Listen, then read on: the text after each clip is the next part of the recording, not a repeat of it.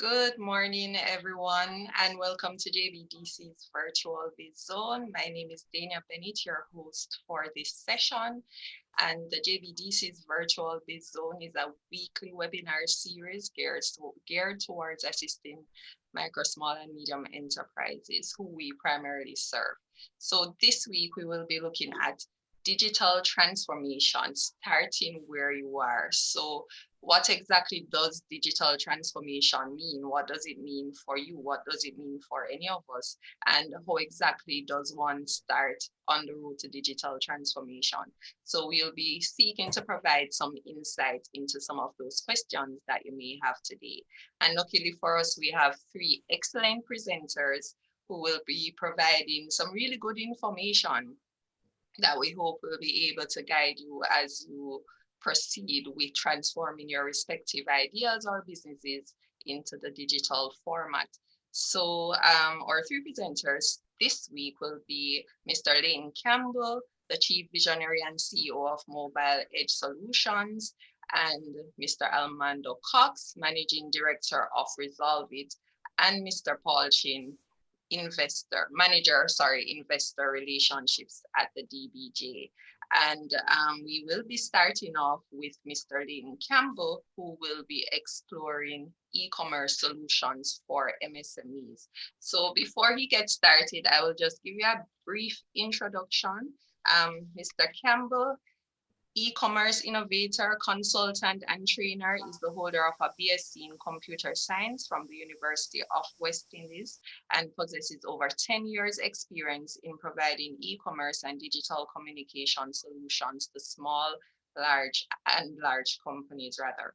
Over the years, Leighton has been pioneering innovation within the digital transformation space and now helps companies across all major industries with clients in Jamaica, the Caribbean, North America, and Europe.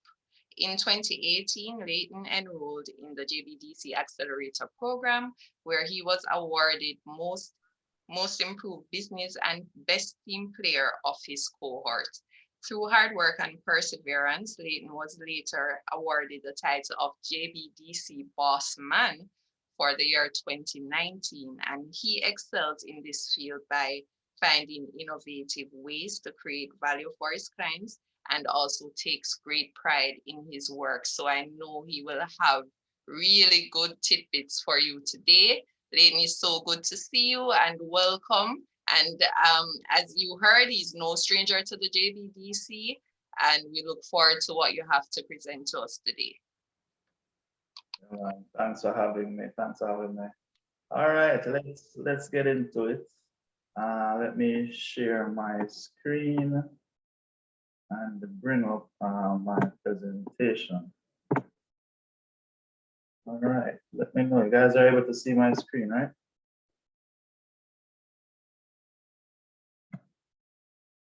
Then I can confirm that you're able to see my screen. Yes, we're seeing your screen, Leighton. All right, perfect. Okay.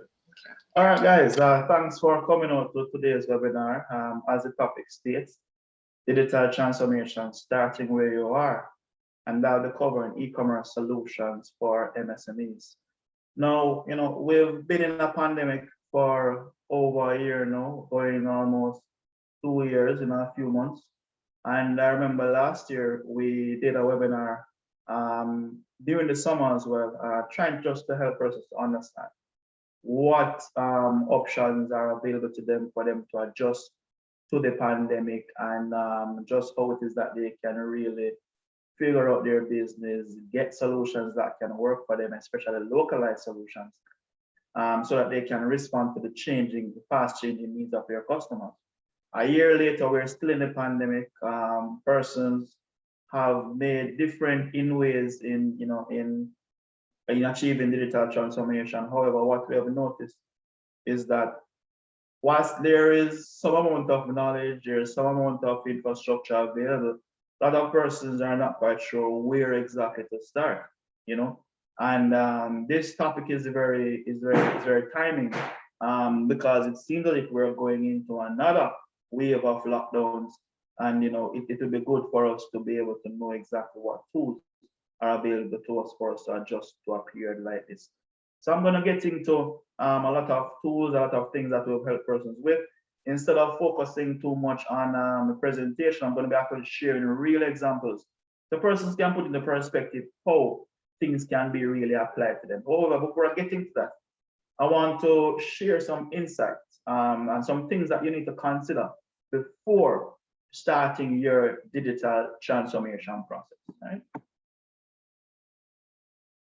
Now, when it comes to digital transformation, a lot of times we're quick to think that, hey, we just get a website, we just get some payment systems, we just throw up a Facebook or a social media page and we're online, we're now ready to do business. But the matter of starting where you are, requires you to consider two main things. The two main things that you really have to think about is your business operations and also your customers. Now, as it relates to your business operations, you have to think about it from your perspective. Every single business is different. Every single business is unique. Yes, you may have similar traits when you participate in the same industry. You find that businesses within the same industry have similar needs, have similar traits, but everybody has unique ways that they allow the business to work for them, unique advantages that they take advantage of and so forth. So when you think about the business, you really have to think about it in your own context. Yes, Mass John out the road may be doing it in one way, but it doesn't mean that you are limited to that same way of doing it. At the end of the day, you have to think about how is it that you're going to operationalize your business online. And really what it is really about is looking at your offline business and thinking about, all right, so I have this business. How do I move it online? And what we really focus on when we're helping customers is to help them to really replicate that offline business in an online way. And I'm going to go through some key steps that we look at when we help persons to move their business online. The other thing to think about is your customers. We talk about starting where you are. You have to also think about where are your customers in the value chain. Where are they in their understanding of e-commerce? Where are they when it comes to trusting you to spend money with you online, get their products and so forth? There's a big trust hurdle that Jamaicans need to overcome. It starts, of course, with good customer service, good practices. However, I will tell you, anybody who is concerned about your ability to do it, I'm going to tell you flat out that this is 100% achievable. In my own business, you could say that Mobile Edge is fairly a digitally run business. Yes, I have an office location. However, I can tell you that for the last year, I have not seen 3 customers at my office, to be honest. All of my customers come to me through my website, come to me through phone calls, through emails, through social media avenues.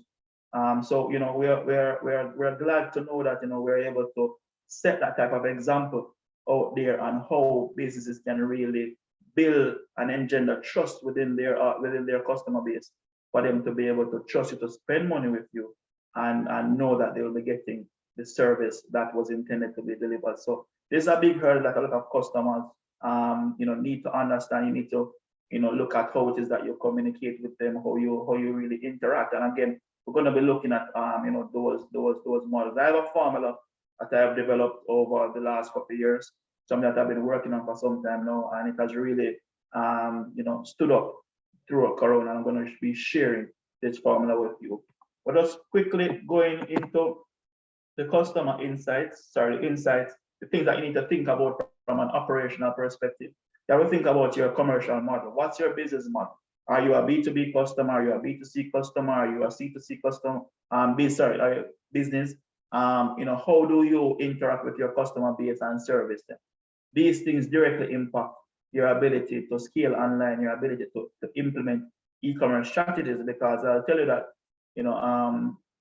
B2C customers, that's the easiest model to build out online, because at the end of the day, especially if you're in the lifestyle space where you sell things that affect person's life on a daily basis, you're going to find that, once you put an ad out, once you have an online presence, even a simple thing as an Instagram page, you're able to sell anything that's lifestyle related, food, clothes, cosmetics, whatever it is, you can sell that online, but of course, if you're a B2B, then you may not, I'm not going to say you're not, you may not get as much traction from the Instagram setup. You may get more traction from your email marketing.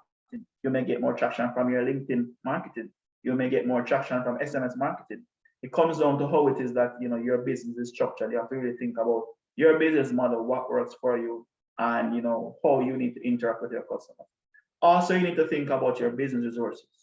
So when you think about your business resources, you have to think about your HR capabilities. What size of your team.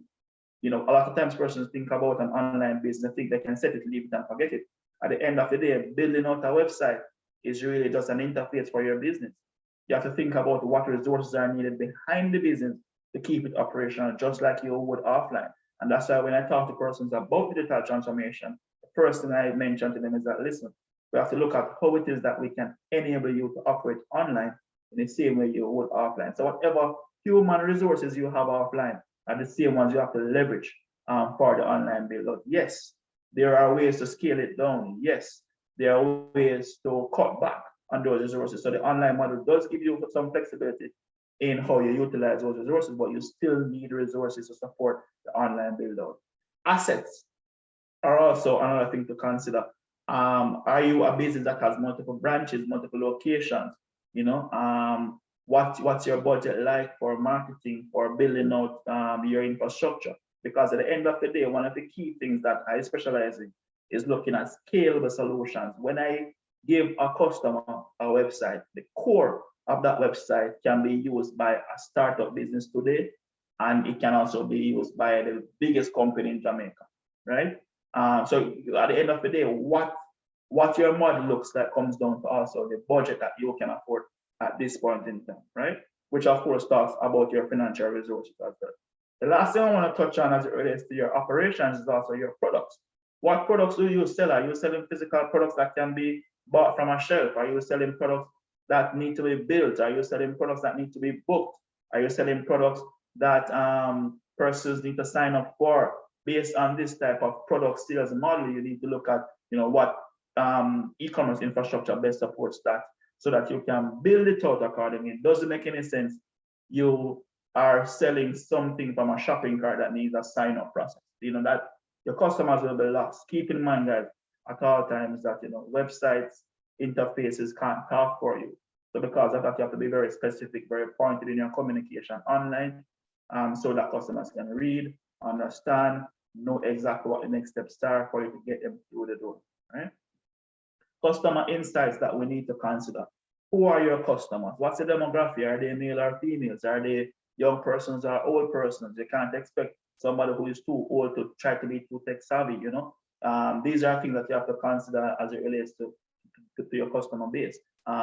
Where are they? Are they Jamaican-based customers? Are they international customers? Because as you know, Jamaican-based customers, not everybody may have a credit card, so you may need to look at also bank transfer as a payment option, versus if you're selling to international customers like in the US, UK, Canada markets, then you can easily implement credit card payment options only and have that work for you. So you have to think about who your customers are, where they are. These are key considerations that you have to have. Also, your customers' resources. Again, are your customers farmers who are going to be using those banger phones? Are they going to be? And I'm not going to say that farmers only use banger phones. So don't think of it like that. But again, think about the customer base. That you service. Who are they? The reality is that I remember running promotions with companies like High Pro, and we did some SMS promotions. And because we chose SMS as the communication model, it was an immense success. If they chose any other format, it would not work. And this was because SMS was able to cut through to the entire target market that they were going after. But I'll talk about that a little bit later. As well as also think about your customer. When I talk about customer resources as well, what is the spend that we're asking for the customers to buy your product? Is it going to be $1,000? Is it going to be $1 million? Depending on the type of sell and spend that you're doing, you'll have to consider different engagement models to convince the customer to complete the purchase. So these are things that you have to consider when you are building out digital infrastructure for your business. Of course, your customer buying process is also important. You have to think about, what's the traditional way that a customer buys from you. Are you operating a restaurant where somebody walks in, makes an order, pays their money, gets their goods, gets their food, and then goes? How is it that you replicate something like this online? Are things that you need to think about as well. So those are some quick insights that we need to think about, both from the customer and from the business perspective. Now, we're going to go into the digital transformation approach that I recommend for my customers and for anybody who I talk to. And these are proven strategies that have worked and will enable any business, any size, anywhere in the world, digitally transform different areas of their business piece by piece. Keep in mind as well, guys, digital transformation is not an overnight process. Digital transformation is not something that you get up today and achieve tomorrow. It's generally a journey that you go on, just like when you're building out your business. On the very first day, you don't build a big building in New Kingston.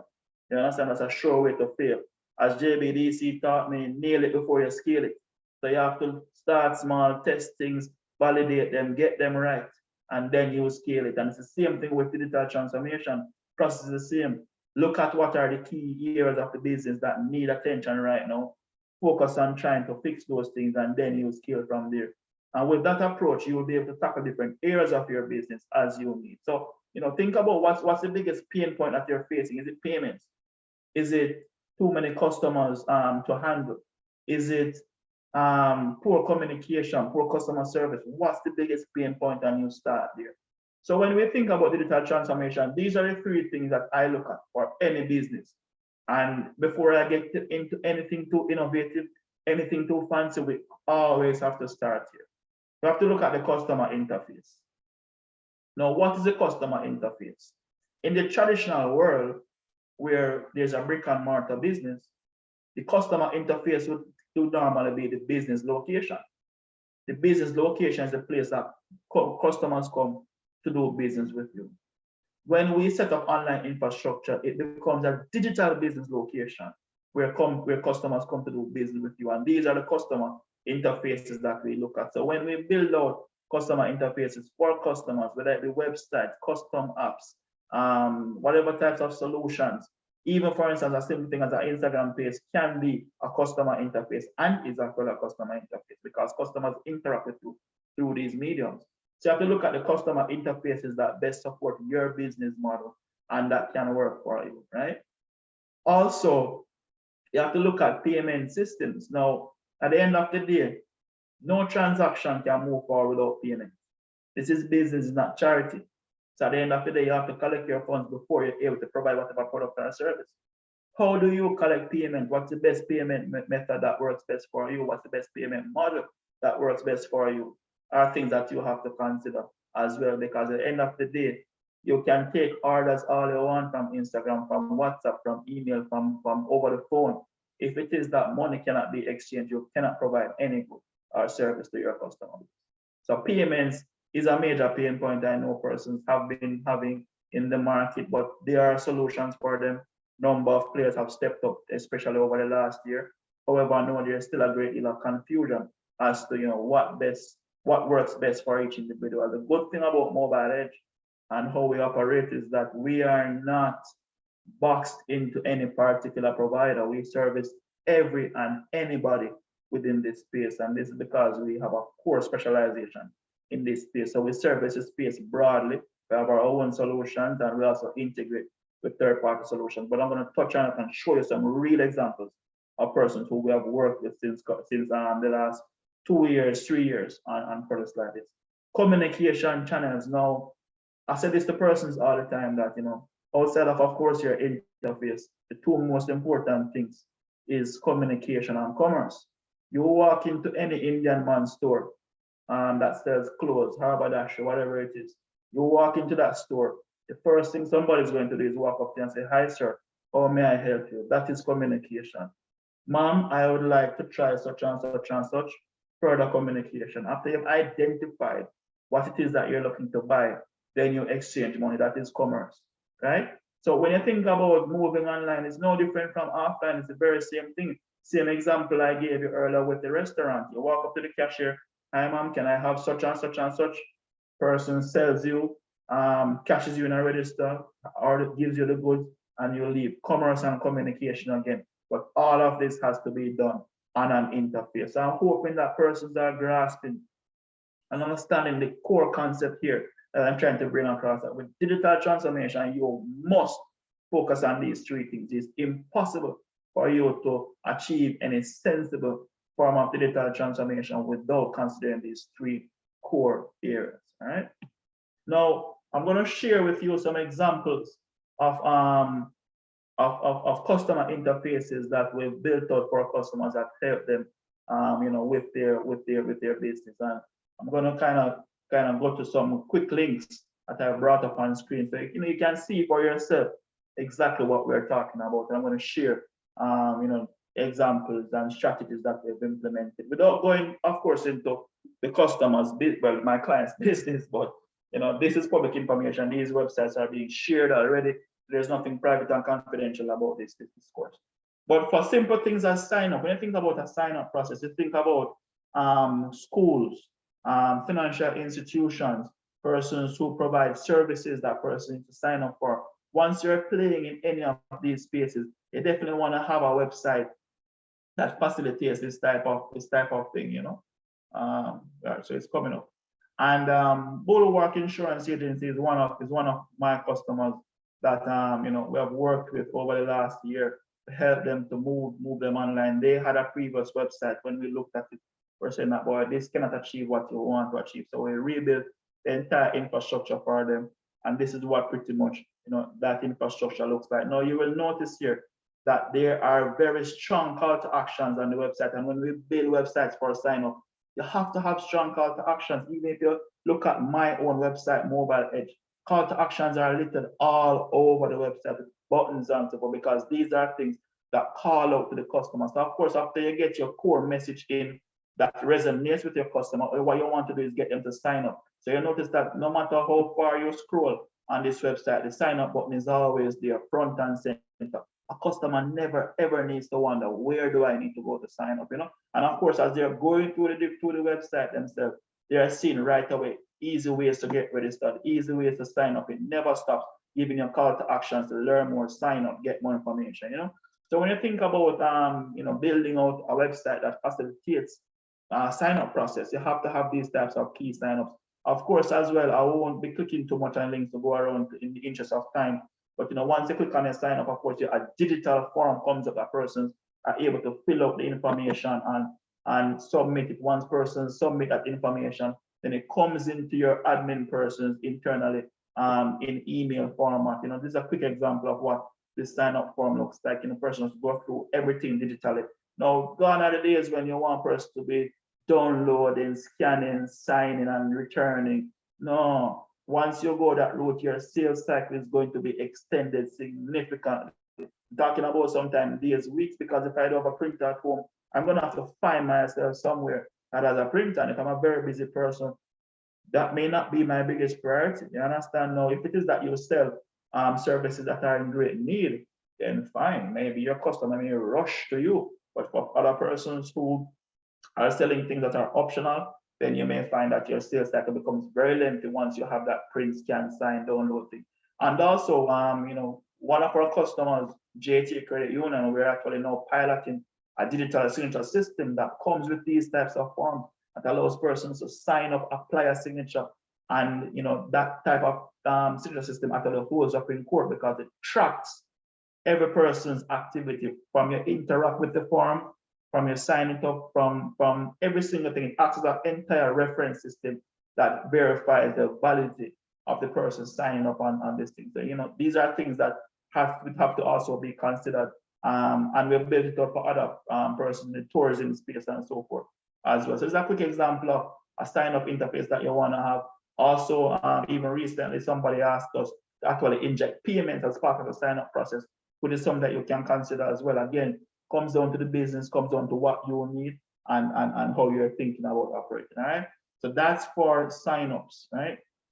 Then we want to show you quickly, shopping cart, which I think is what most persons are used to. We're used to having the shopping cart system where you come onto our website. This is a website for a restaurant.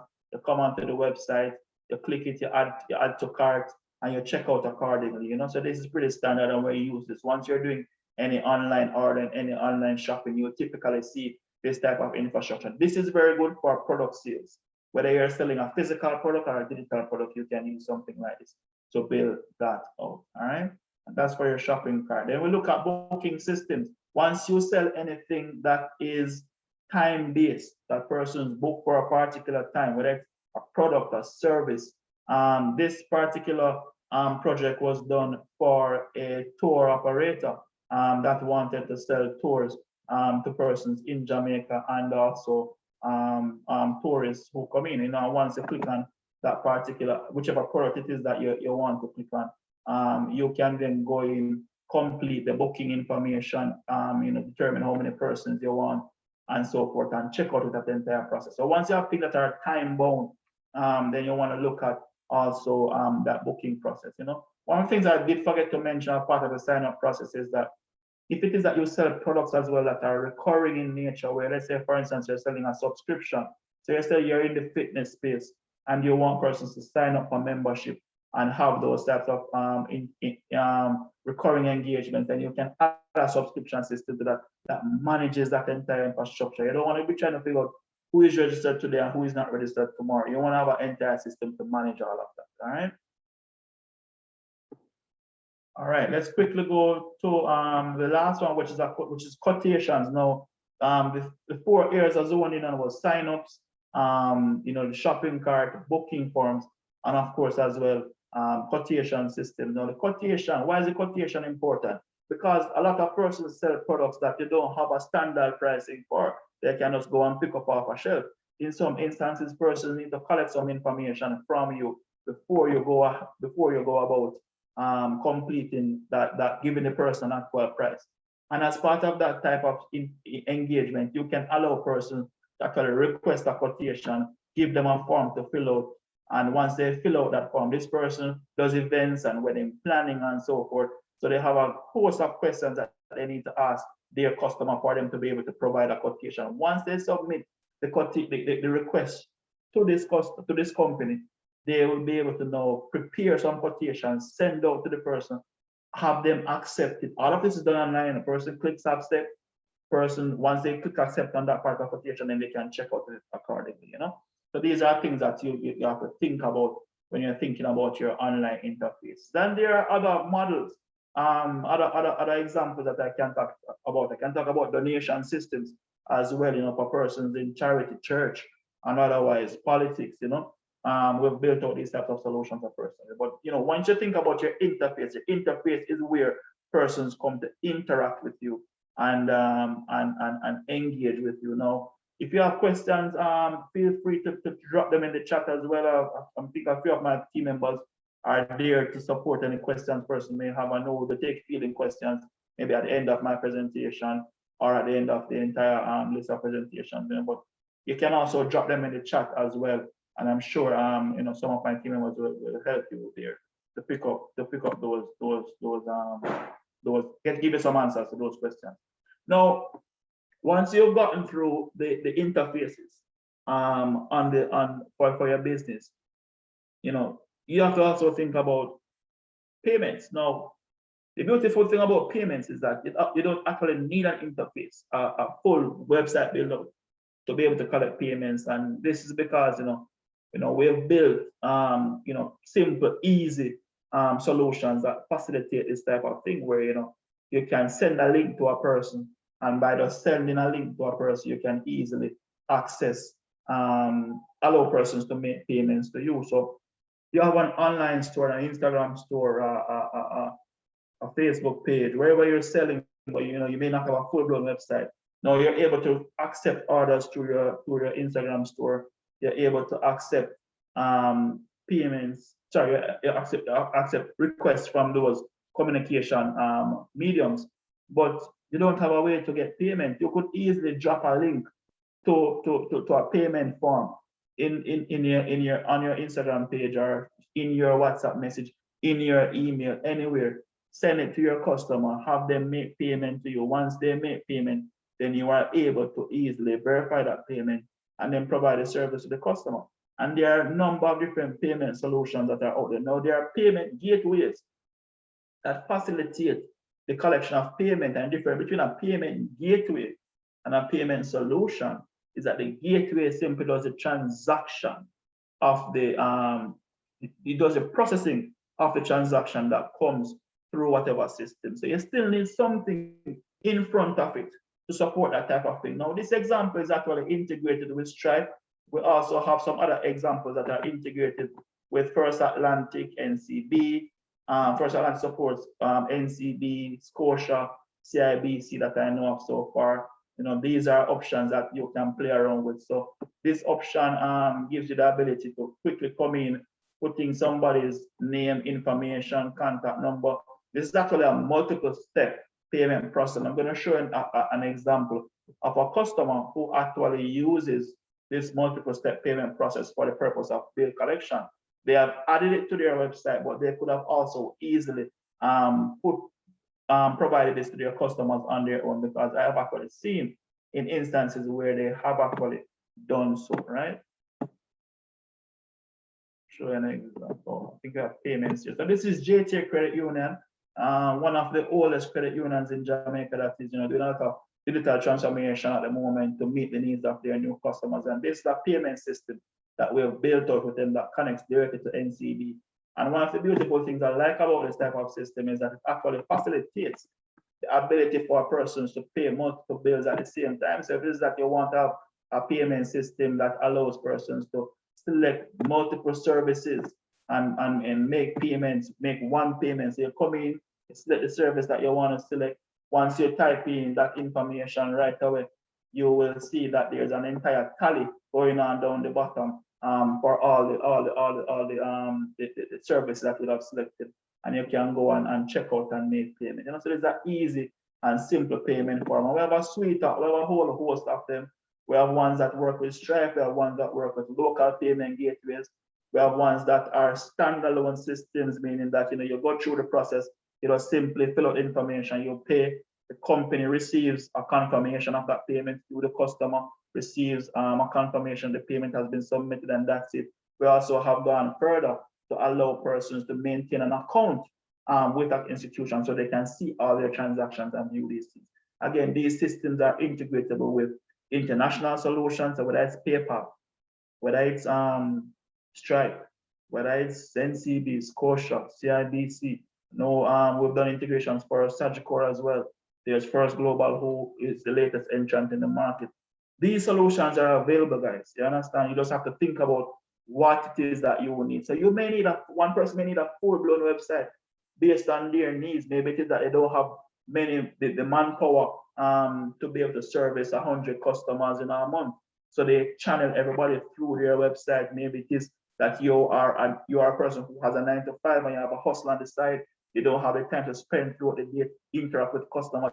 You're gonna need a website, But if, let's say, for instance, you're operational, you have a team, you don't have much money to spend, but you just want to be able to collect payments so you can fulfill your orders, you can get an easy click-to-pay system. I even use this click-to-pay system on my own invoices. Something that I use in my business, works very well. Absolutely no customer of mine has any excuse as to why they can't pay me and pay me now, because I give them multiple payment options. And every quotation or invoice I generate, my pay link is on that. You understand? So right away, persons are able to make payment. Yes, there may be a small fee that you get charged whenever persons make payments through your credit card form versus when they do a bank transfer. But I prefer receive 97% of something than 0%. You understand?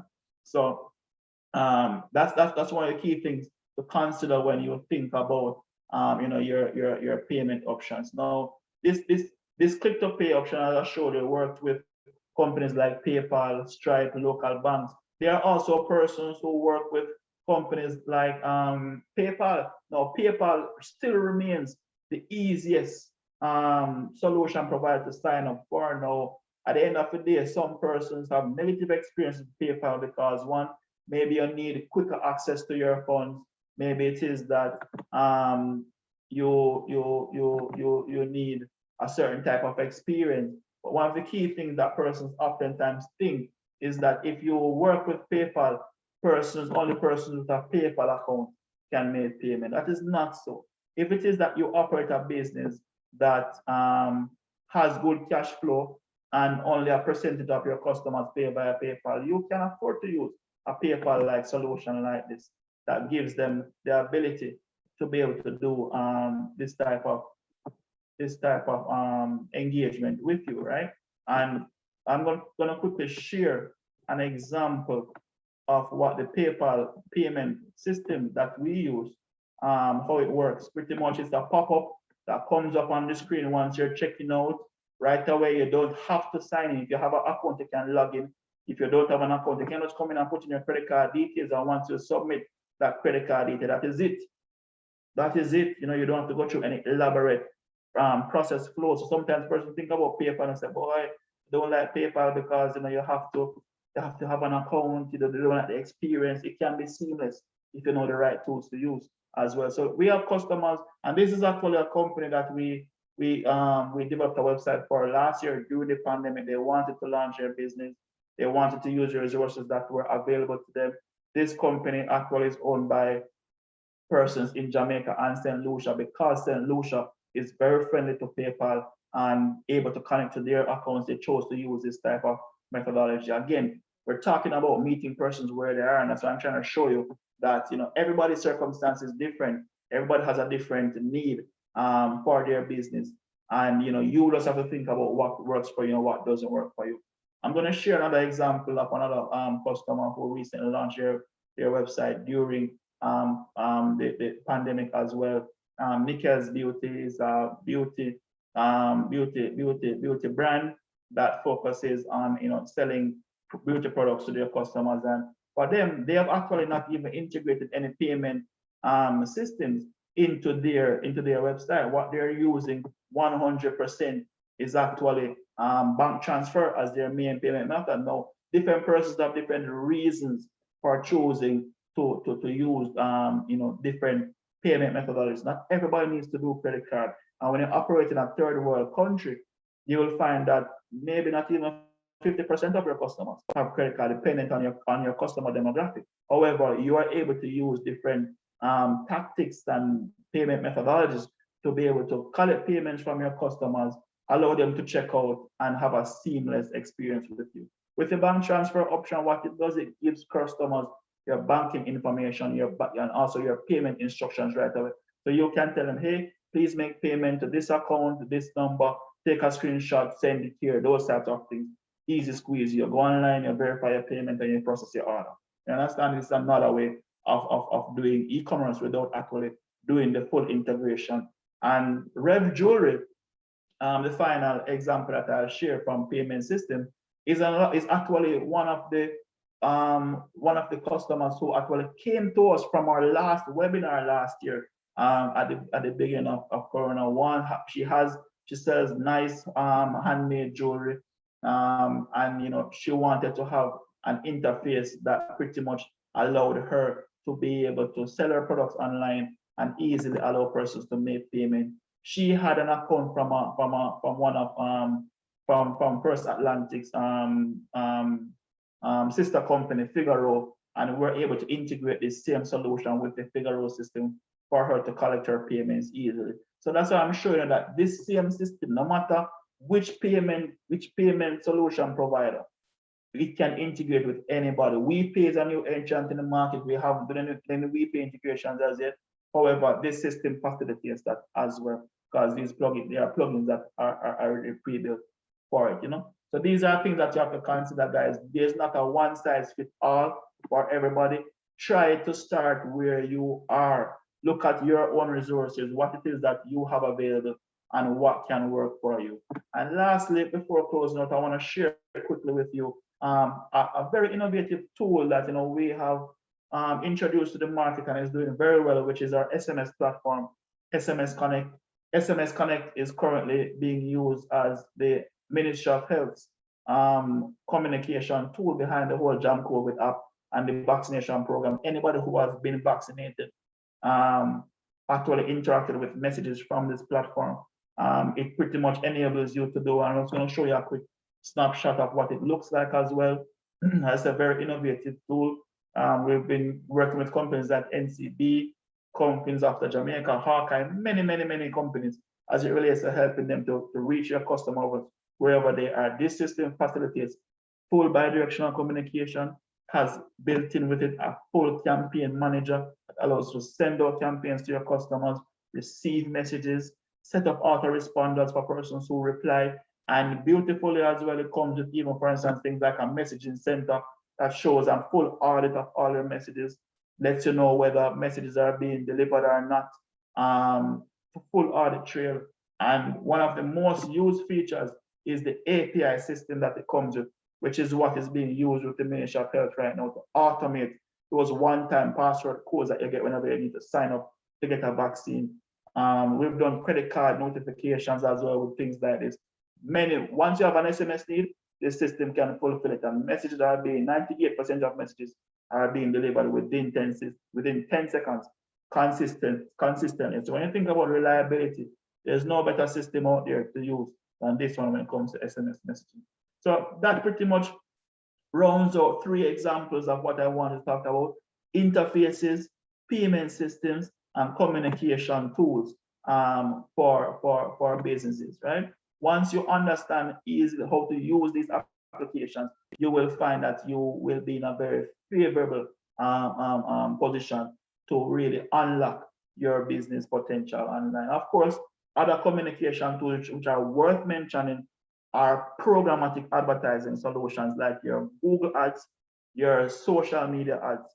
These work and work exceptionally well for mobile edge. I will tell you that, especially when it comes to Google, because you find that a social media ad is one that comes to you while you're scrolling through your feed, not necessarily when you have a need. When you're on Google, you're actually looking for something. That's a warmer lead than somebody who is just scrolling through your timeline and may be interested in something. So you find that there are different methodologies that can be utilized to generate leads for your business, and pairing things like direct communication and advertising is a good strategy that works and works beautifully. I want to mention some freebies that I'm giving away specifically for this webinar. Actually, we're giving away free assessments to anybody who wants to understand how to utilize any of these solutions in their business. All you need to do is visit getmobileedge.com and click on the pricing button. Once you click on that pricing button, it's going to ask you like 5 questions just to tell you a little bit about what it is, tell us a little bit about what it is that you need. And one of our representatives will reach out to you to have that conversation and maybe even arrange an assessment with me, right? Also, we're giving away a free e-commerce guide coming out of last year's webinar. We decided that we're going to do an e-commerce guide that helps persons to understand what it takes to move your business online. And we've created that guide, very nice guide. Persons have been using it, and it has been very helpful to a lot to help them just to understand and support the business so that they know what they need to do. And recently, I launched an e-commerce course on my own website, which is at leightoncampbell.com. And today I'm giving away 50 free slots for persons to just go on to the course and take it. I say all you have to do is type in the code JBDC in the coupon code area, and that will give you the course for free. Takes price within 1 week. So everybody on this webinar, please just jump onto these links. Getmobileedge.com for your free assessment and your e-commerce guide. If you want the free course, visit leightoncampbell.com. Use the code JBDC, and you'll get full access to that content. Teaches you again about how it is that you can structure your business to get online and generate sales fast. And that ends my presentation. I hope you guys enjoyed it. And if you have questions, I'll be here to answer them. Over back to Dania. Thank you so much, Leighton. Really good presentation. And I know that you have provided so much clarity for even persons like myself who may have been wondering how exactly can one enter into the digital space. And it's so good to know that persons like you are out there to assist individuals who may have those interests. Okay. Kira is asking about the links that are in the comment sections. So that is in the comment section rather. So Leighton, I don't know if you want to provide some clarity on that. Is that a part of your presentation, or your team members are providing these links? I'm not seeing the chat just yet. I'm trying to get over to it. Oh, chat, okay. Yes. These are from my team members, so I'm sure they are sharing resources that you guys can tap into. So click on them. Yes, this is from Lacey. Lacey is a team member, so you can definitely click on those links to check them out, to see examples of some of the products that you guys can use.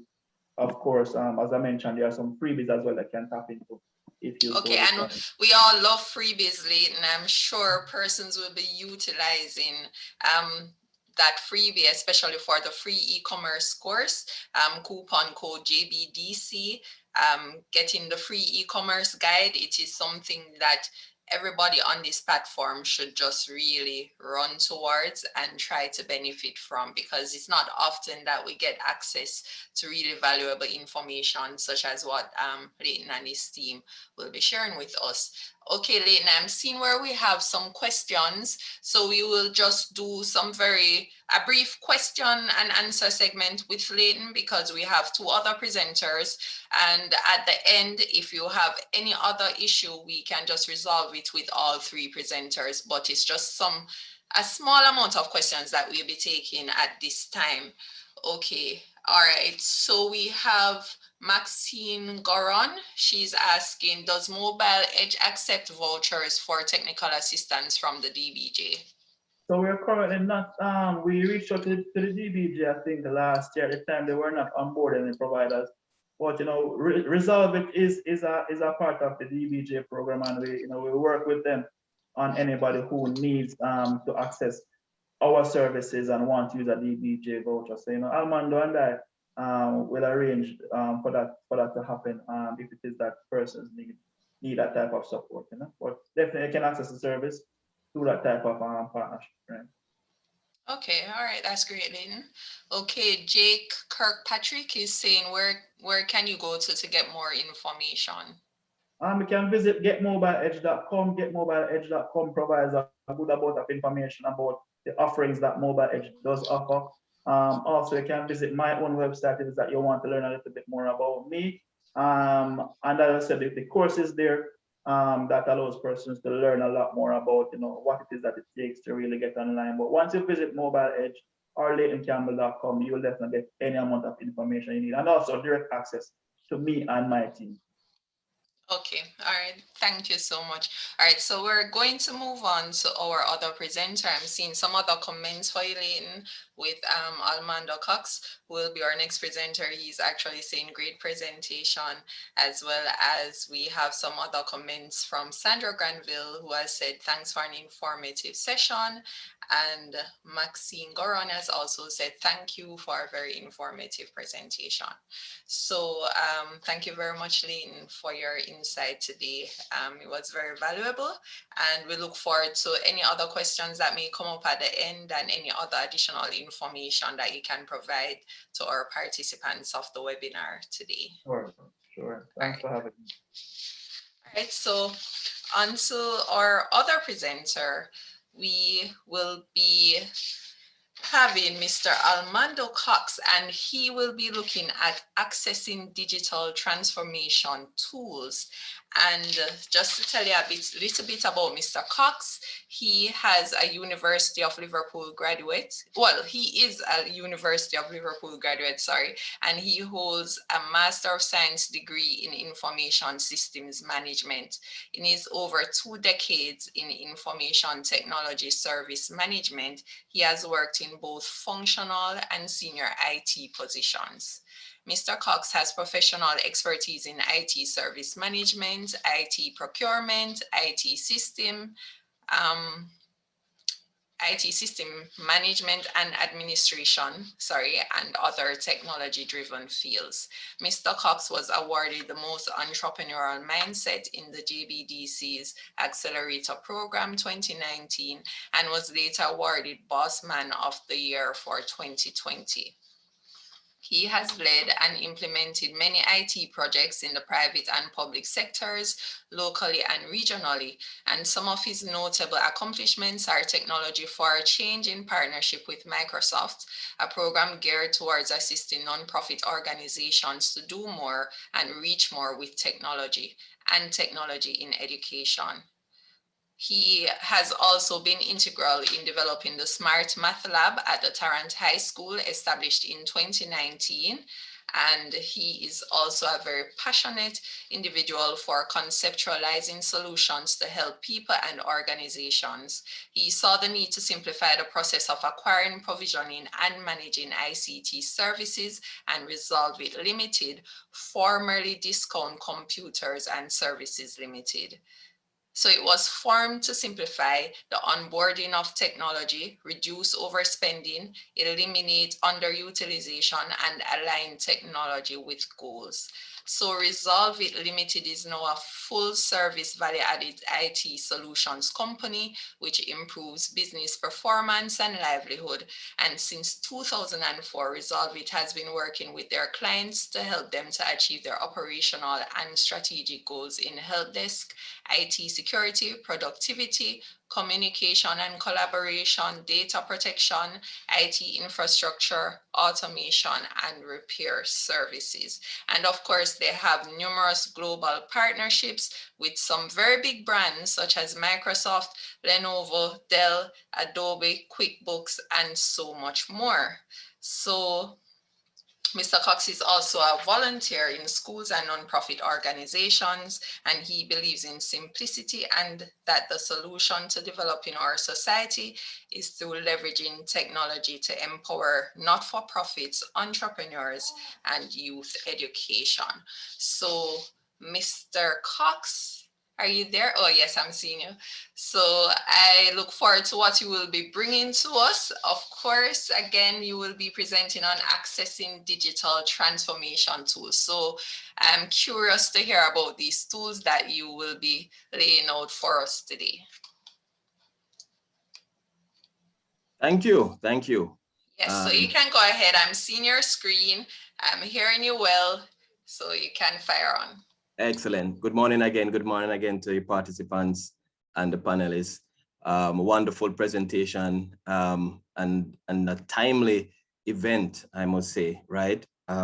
So my task here is to discuss with you, because that's the approach I use. I don't see it as presentation. I want to feel you in the audience. I need the feedback. I need to know that you're there, right? And I'm not talking to myself. We'll be talking more about accessing digital transformation tools, right? So that's the focus of my discussion. I'm going to highlight some of the stuff that Leighton discussed earlier because they are true in this presentation as well. But let's go.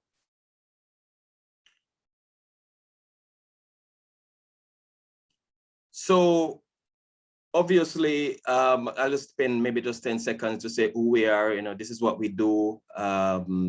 We've been doing this for some time, so at least it qualifies some of what I share with you, that I do have the experience, and my company and team also engage with people. So I'm bringing some of this experience to this conversation, right?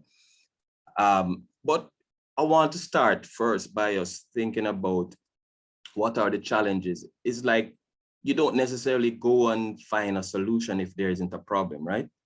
And so we want to first identify what are the issues you are having.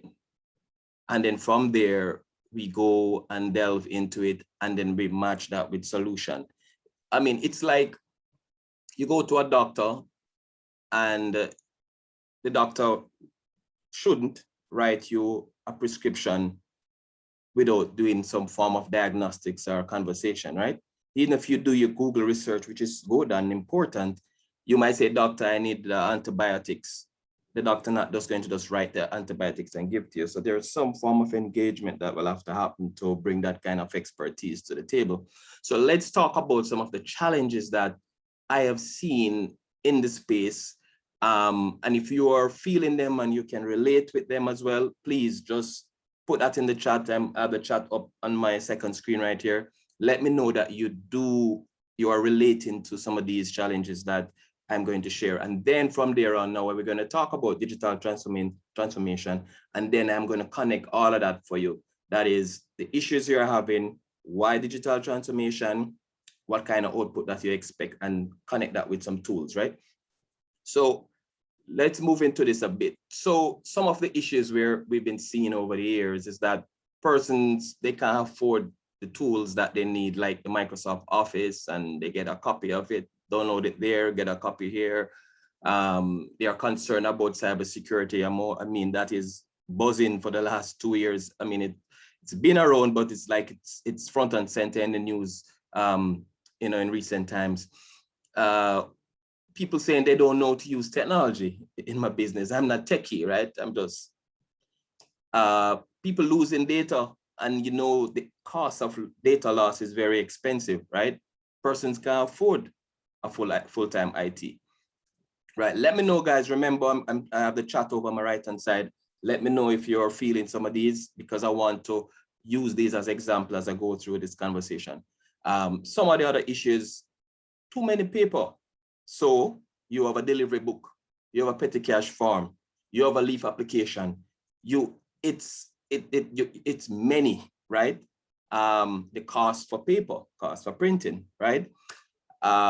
Some person said they need a website. Leighton touch on some of this. A website really supposed to be specific to your strategy, right? But they find it too expensive. How do I automate? I need to collect something. When it's collected, I want it to be notified. I want to notify the customer. I need the order to be placed, all that kind of stuff. How do you do this? This seems like it needs a master degree to do it, right? No. I need unholding. Yes, I know something about business. I have a supermarket, I'm a barber, I do in the beauty area. I provide this kind of service, but it's just too much. I need someone to help me through the next steps, right? And of course, that's why you have an organization like JBDC, right? How do I sign documents remotely? Now, obviously, this is more important than ever, because even with the current announcement, sometimes you may not be in office, you need to get something signed. What some customers have been doing is to send a bearer with the documents for it to be signed and that kind of stuff. But is that efficient? Or about the cost, or about the time, right? There is very simple ways to do some of these things, and we're going to touch on some of them as we go along. Another question that come up a lot is we need working capital. Where are going to get the money from? I mean, we are not qualified to get some of these loans, but there is so many options available, and I'm sure DBJ, a colleague at DBJ, will be speaking on that a little later as well. I hardly have time for planning because we've been spending a lot of time doing the day-to-day. Is this done? Was this delivered? Did we call this person? But who work on the business? When do you get that time to say, all right, let's strategize. Next year, this is where I'm going to be. This is how we're going to reach there, that kind of stuff. But you're spending a lot of time in the day-to-day, and you think you don't have the time. Now, we're saying digital transformation will help you to find that time. We're going to touch on that as well. The operational costs. I mean, I could go a lot more with this list, right? Now, remember, guys, the chat is there for you. Now, look at this.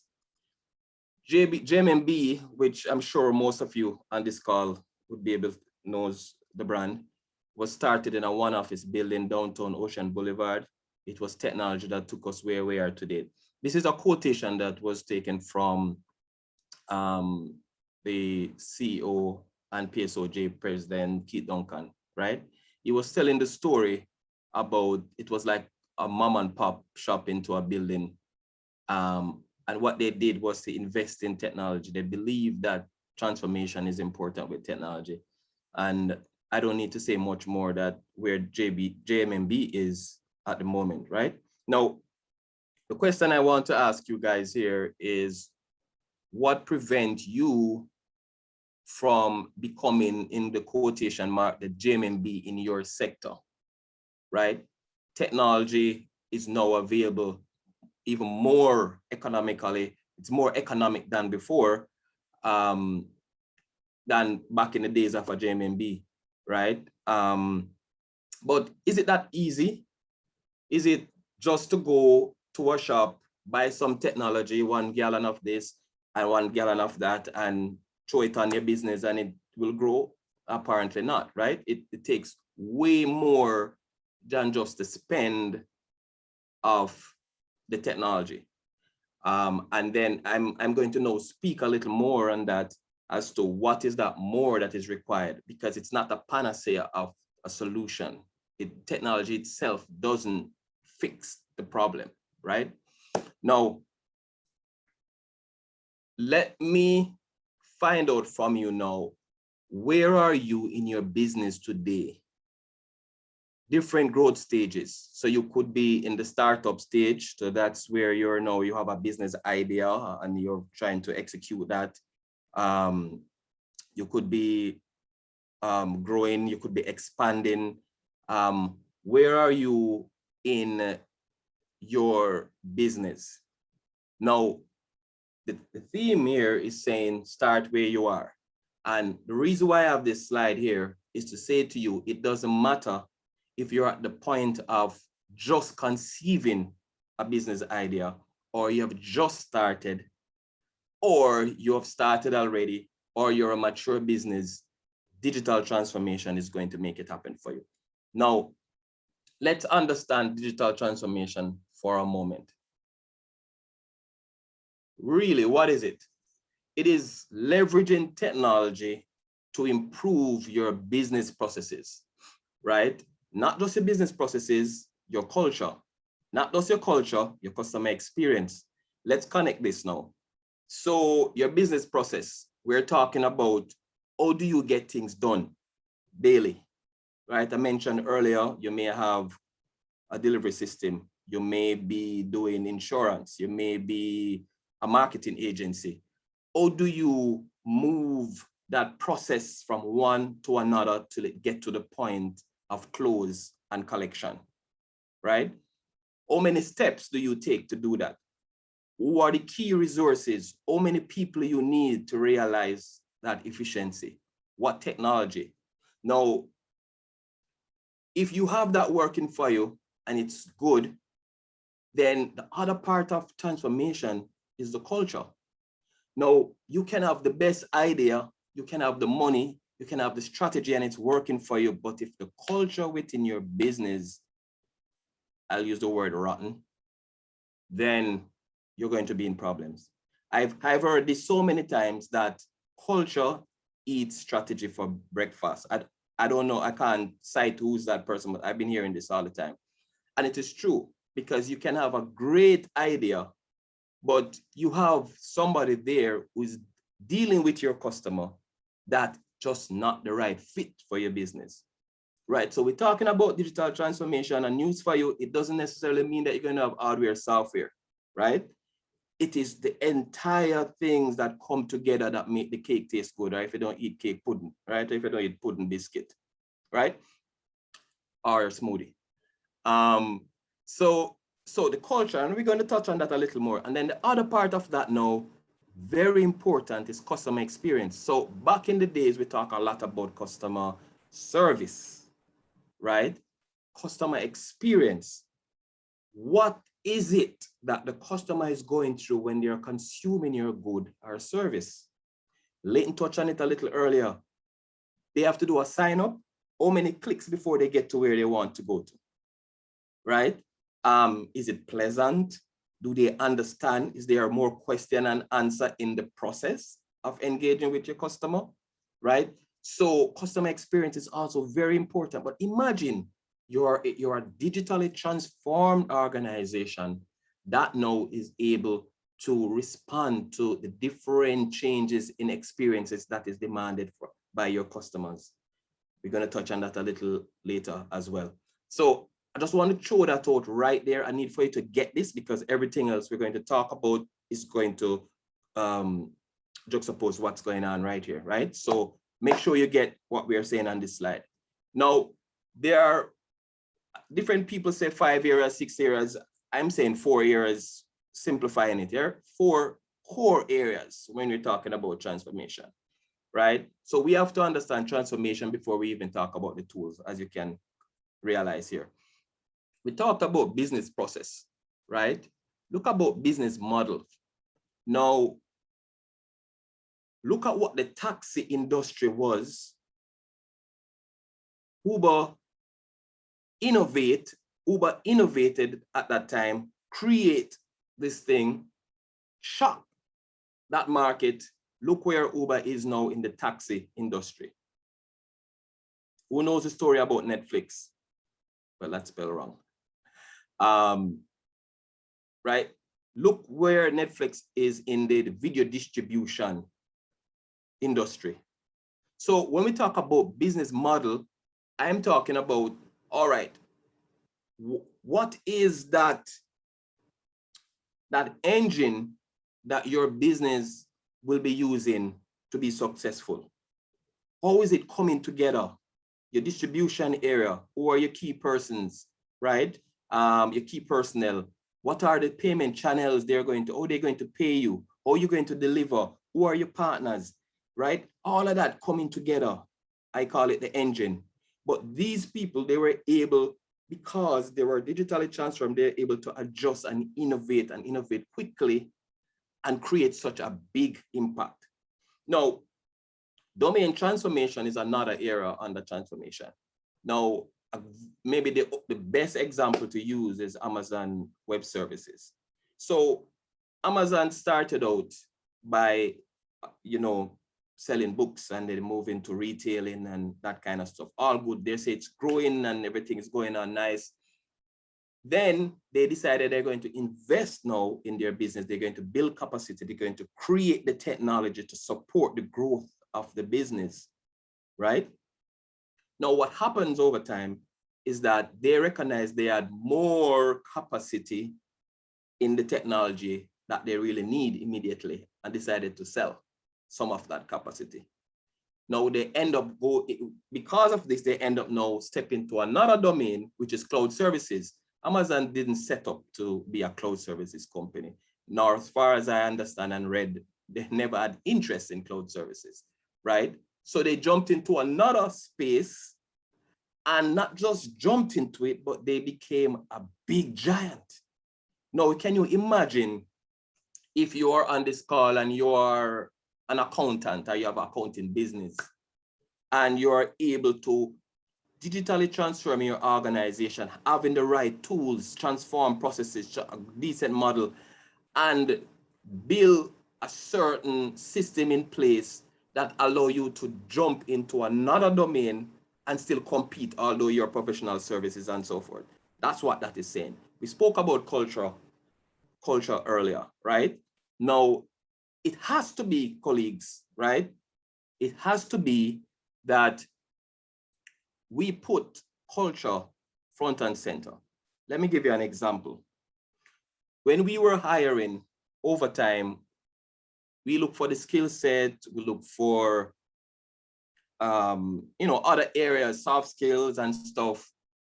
And over time, we got people that can do the job, yes, but there were some disconnects, because my vision and my organization vision has to be aligned. And if you come in as an employee, then you have to be aligned with those, else you're going to be not the right fit. Not that you're a bad person, but you're not going to be the right fit. Now, imagine you have someone not the right fit, and you're asking them to do something that they're not that passionate about. You can get the connection right there. Now, we have situations where we go into the organization and we're helping them to transform. And then you'll hear an employee might just say to the supervisor that, boy, listen, this is the way I know to do it. This is the way I like to do it. I can't even bother with anything new. Is that something that you want to support in your organization? So you can see why cultural transformation is important. They have to understand that while you're invested in technology, while you're improving your business model, while you are trying to improve the customer experience, the team that is behind the organization must also be transforming their mindsets.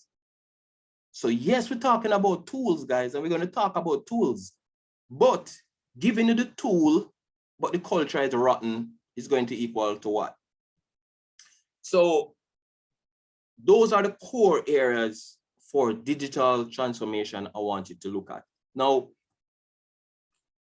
I've touched on some of the reasons, but why is it important? What the excitement about, guys? What is it? Why everybody, I mean, digital transformation before, pre-COVID was a buzzword, right?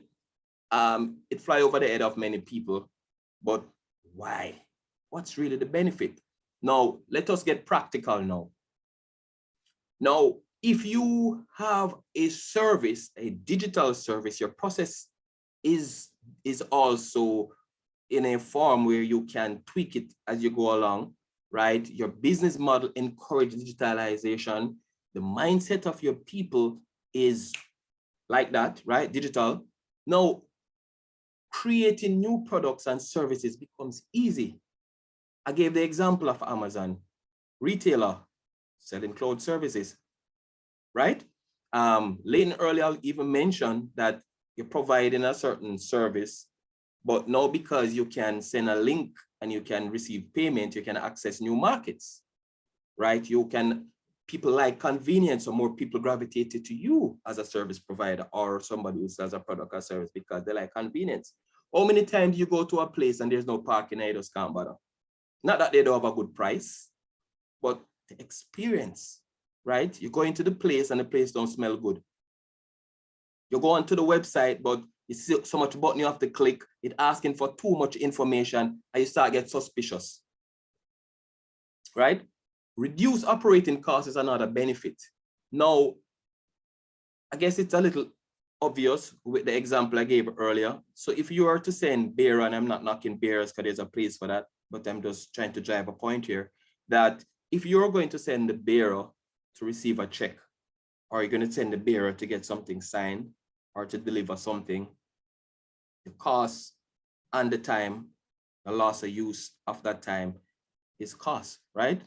What if you can do that in an efficient way from the click of a button, all of that fall in nicely for you? Reduction of cost. Now, who doesn't want to reduce their operating costs? Nobody. Now, other things that is also going to be important is the need to improve your engagement. Now, social media isn't just there for social interaction, which is good, but from the business case, it's not the social interaction that they want. It's because it is a channel also available for the customers, even suppliers and partners and employees, to engage with the brand, engage with the product and service, to be in the know. That's part of it.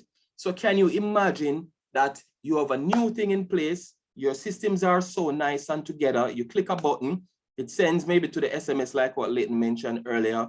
People know that this is now available. It's on your Facebook, it's on your thing. They go on your website, they click a button, they go into a chat, they're able to talk to you live, right?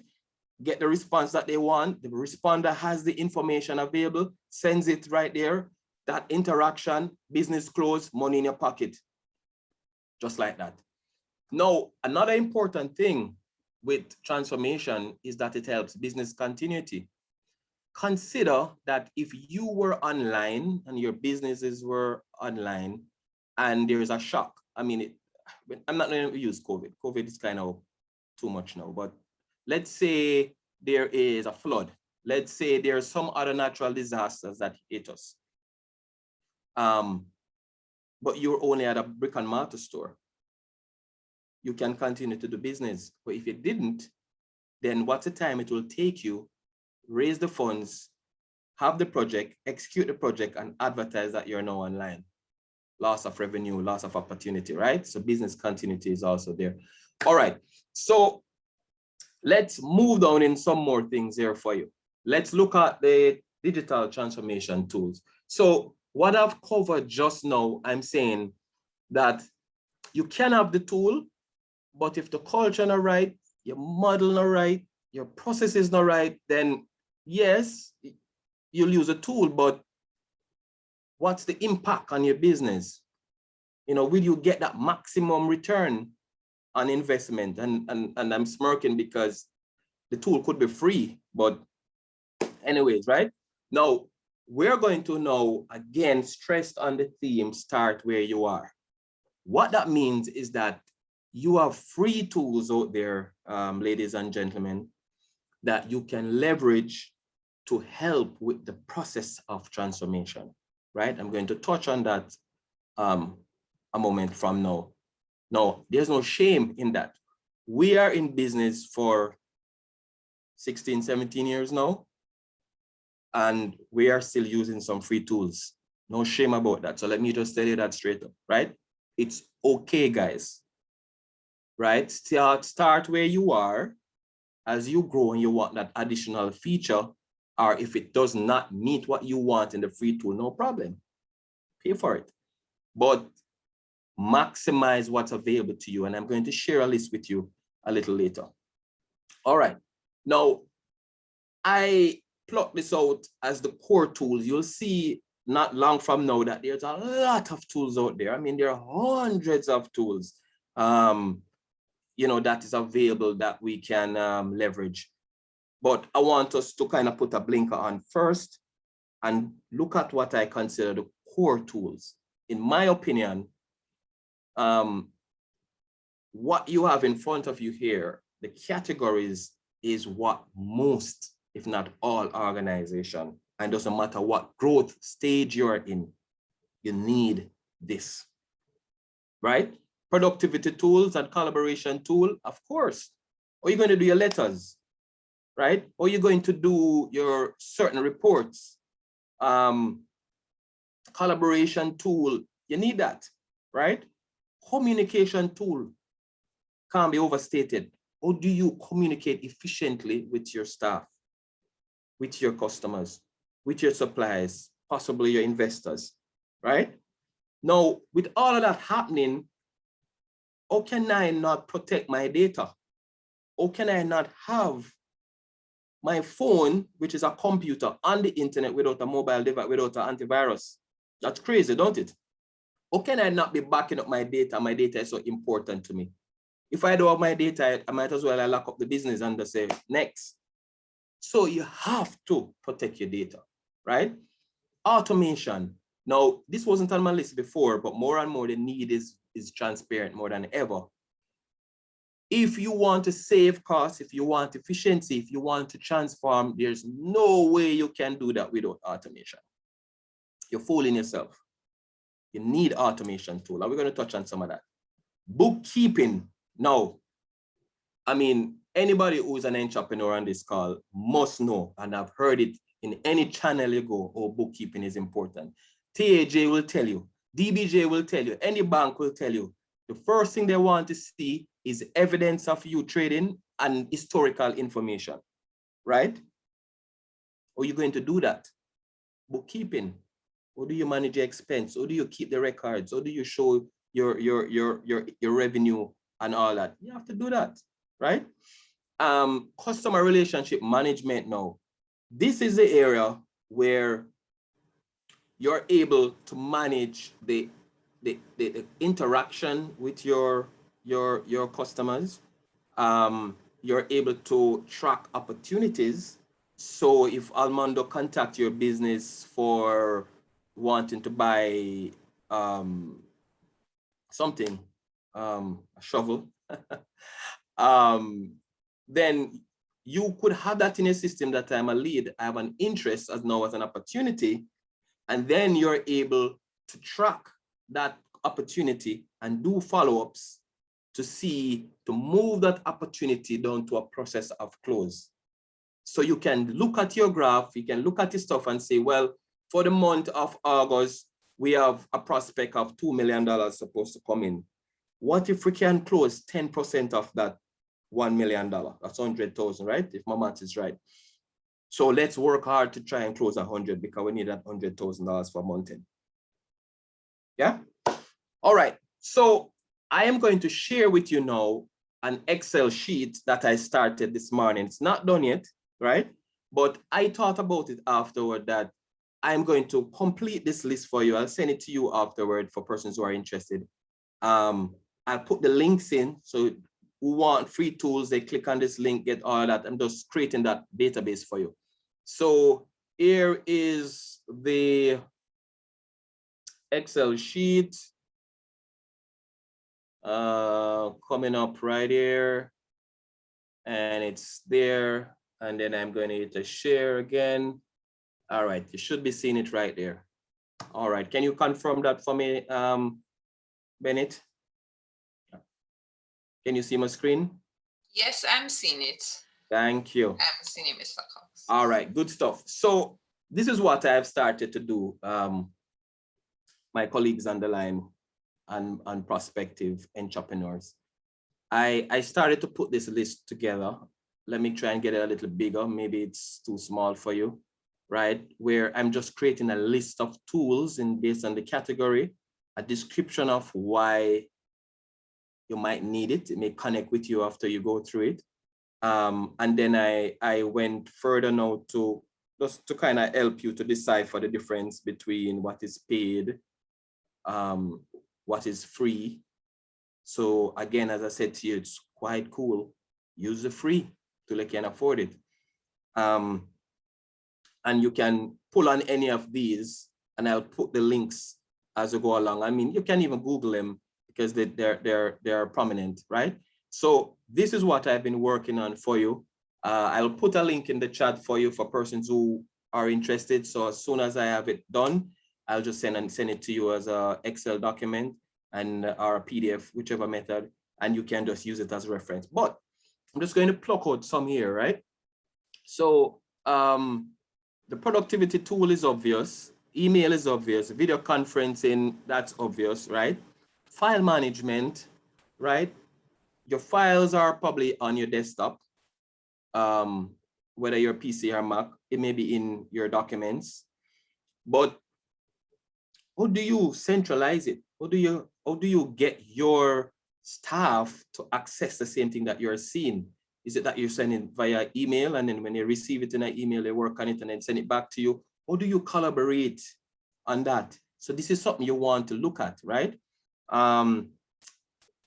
Bookkeeping, that's obvious right there. Task management. Now, you're a team of 3, you're a team of 5. All right, how do you track that Jane and John and Robin supposed to be doing this at this time, and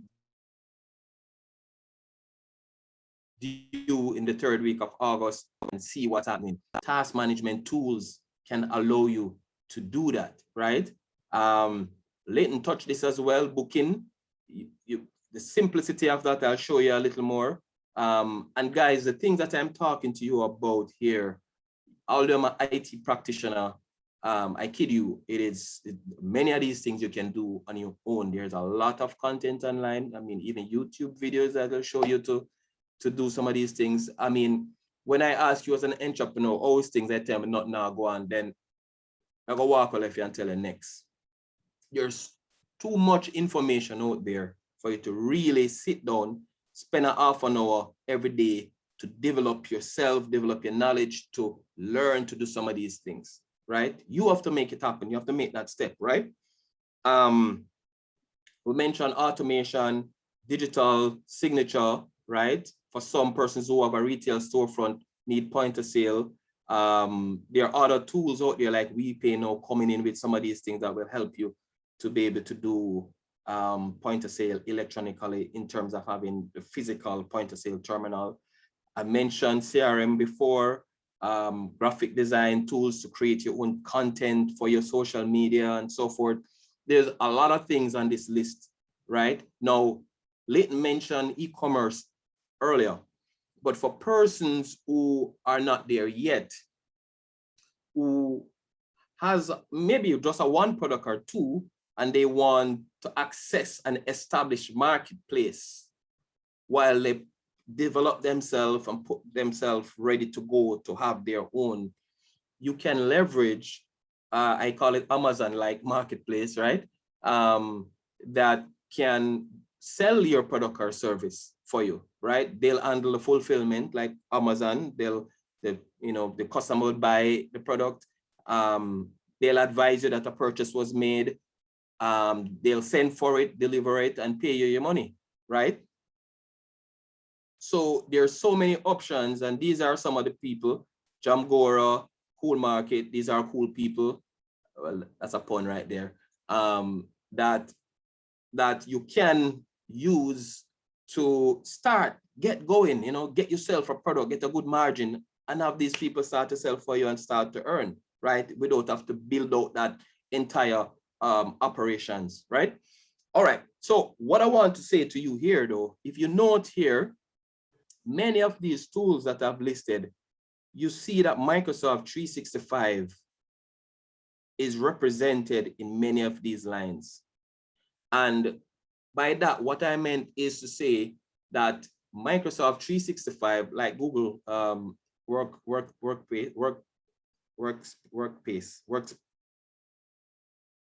Microsoft 365, right?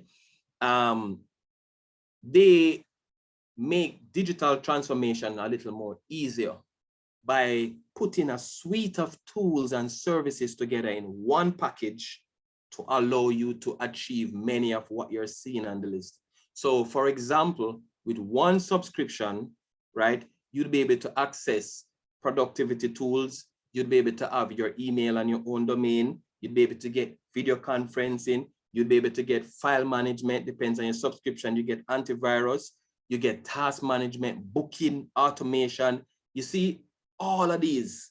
So some of the things that you have to look at when you're investing in some of these things is to look at that price that you're going to pay and how far you can stretch it.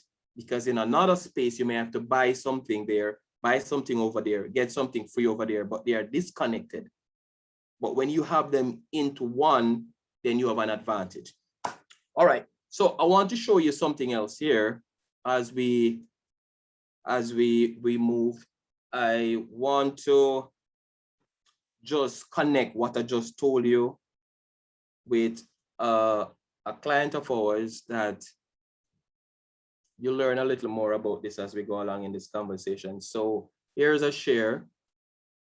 This is actually not in full production mode as yet, but I want to make the point about consolidating your technology to lower your operating cost. Now, this website here, by the way, is a beneficiary of the DBJ Go Digital grant that you'll hear a little more about. They have their website, their accounting business advisory business. Now, if you click on their contact us, what you'll see here is a form. This form is created in Microsoft 365. The actual time to create the form is 2 minutes. So they're able to create the form right here, post it on their website. Once the form is completed, a notification goes into their team that, hey, Almando Cox is interested in this or that or whatever. It goes into their teams, in their teams group, post and assign to a staff to say, please contact Armando Cox by X date. That's automation right there. You're still in one service, Microsoft 365. Now, what if you want consultation from this customer? Right, as I said to you, this is still in development stage, right? And you go to their website and you say, well, let's see their availability. Just like Embassy, you go and you select who is available. I mean, when the time is available and the booking and the time, same thing goes here. This again, colleague, is Microsoft 365. They didn't pay extra for anything that we're discussing right here. So they paid 1 or 2 subscription, I think they got. They added this here in their Microsoft 365. It's published on their website. You can select which service that you need. Once you select that service, automatically it will send a confirmation, goes in the calendar of the staff that there is a meeting request. A notification will be sent to the requester of an email of a meeting confirmed date with a Teams meeting invitation already scheduled for them to join the meeting at an appropriate time.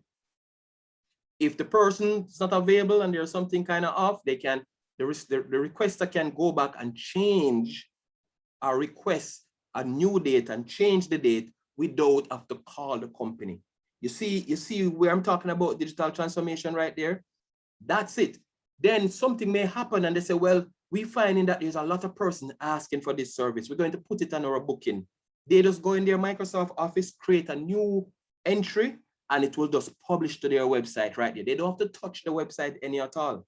That's what I'm talking about, consolidation of using digital transformation tools that can help you to save money, to be more efficient, and give you a pleasant customer experience. All right, guys. So there's many more examples I can show you, but I just want to connect that with what I was saying earlier with how do we consolidate. So with that said, I want to show you here. We are fortunate to be working with some of the biggest brands globally.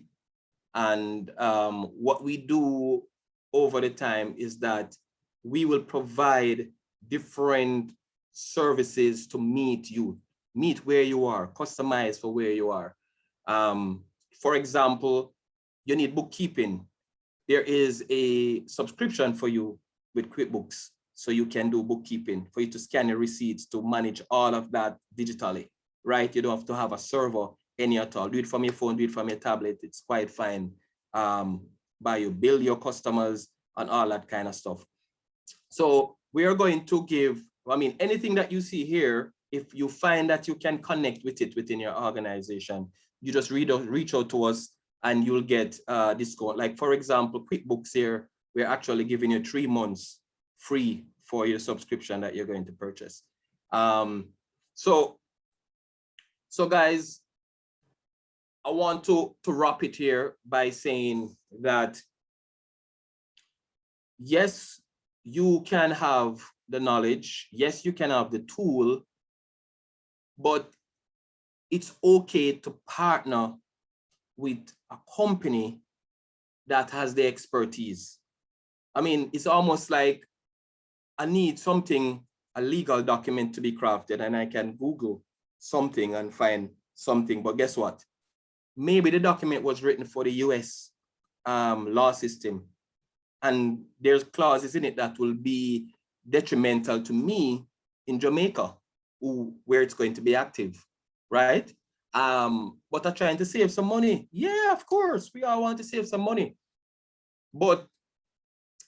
And that's okay if I want to save some money, but there are some things that you must, and I recommend that you consider partnering with someone or a company that has that kind of expertise, even to bounce it off them to say, all right, so I have this and I have that, and I'm thinking about giving up one. What do you think? Should I keep both? Or maybe there's a way to make them talk to each other. You know, that kind of stuff, instead of you have to go and do that research on your own, and you may hit and miss, and you don't have the time for that. You don't have the resource for that. As small businesses, we don't have that extra money to lose, right? So that's my wrap here. Consider partnering with technology providers to help you along your digital transformation journey. So with that, I want to thank you again for your attention. I'm going to post in the chat for persons who are interested in the listing of the digital tools and for the discounts that I'm going to make available to all of you. Looking forward for the rest of the conversation. And by the way, we are a DBJ business development organization that can assist you with the DBJ Go Digital grant for $200,000. So not a spoiler alert for my DBJ colleague, but just to tell you that I can assist you with the process of sign up and assist you with the process of the implementation. All right, over to you, Bennett. Okay, all right, thank you so much, Mr. Armando Cox. And I love the fact that you brought up a lot about Amazon and showed us so many of the tools that are out there that we can utilize towards assisting us in our digital transformation. So that was 2 of our former boss men. Leighton Campbell and Mr. Almando Cox. So we have heard about the e-commerce solutions for MSMEs. We have heard about the tools that we need to access digital transformation. And now we want to hear a little bit about the money part of it, because what can we do without money? And I really want to thank Almando as well, because I heard he brought up some aspects pertaining to discounts, and we all love discounts. So make sure you pay attention to whatever it is that he will be putting in the chat, so we can utilize those codes or whatever it will be to access potential discounts for some of the tools that he has put on the table for us. And last but definitely not least will be our final presenter, Mr. Paul Chin. And Mr. Chin, who is no stranger to the JBDC either, he is a manager for investor relationships at the Development Bank of Jamaica Limited, DBJ, and he has over 40 years of experience in the financial services sector, spanning areas such as lending and operations, credit card operations, deposit insurance, and micro, small, and medium enterprise lending and development. He is also a trained teacher and has lectured on entrepreneurship at the UWI and the Enamani College of the Visual and Performing Arts. He is also a Justice of the Peace for the Parish of St. Andrew. And of course, as I had mentioned earlier, Mr. Chin will be looking at the DBJ's Go Digital product. And that sounds very interesting. And I'm assuming there's a lot of money involved in that. So Mr. Chin, welcome. Are you there? Thank Can you see me? Okay, all right. So turning over to you. Yes, I'm hearing you clearly, and I'm seeing your screen as well. Okay, wonderful. Thank you, Dana. Morning to your guests, morning, fellow presenters. Thank you for having us. Coming off the back of two excellent presentations. I must commend Leighton and Armando for laying it out for us. I think they did an excellent job. And where I come in is what the DBJ has to offer in terms of putting you in a position to be able to access some of the services and products that they just outlined for you. So you should be seeing my screen, I hope. Yes? Yes, we are seeing your screen. All right, great. So let me move into my presentation. I will look at what the DBJ can do for you and how the DBJ can put you in a position to access the services that Leighton and Armando just described for you. So DBJ's Go Digital product is, just a sec. All right.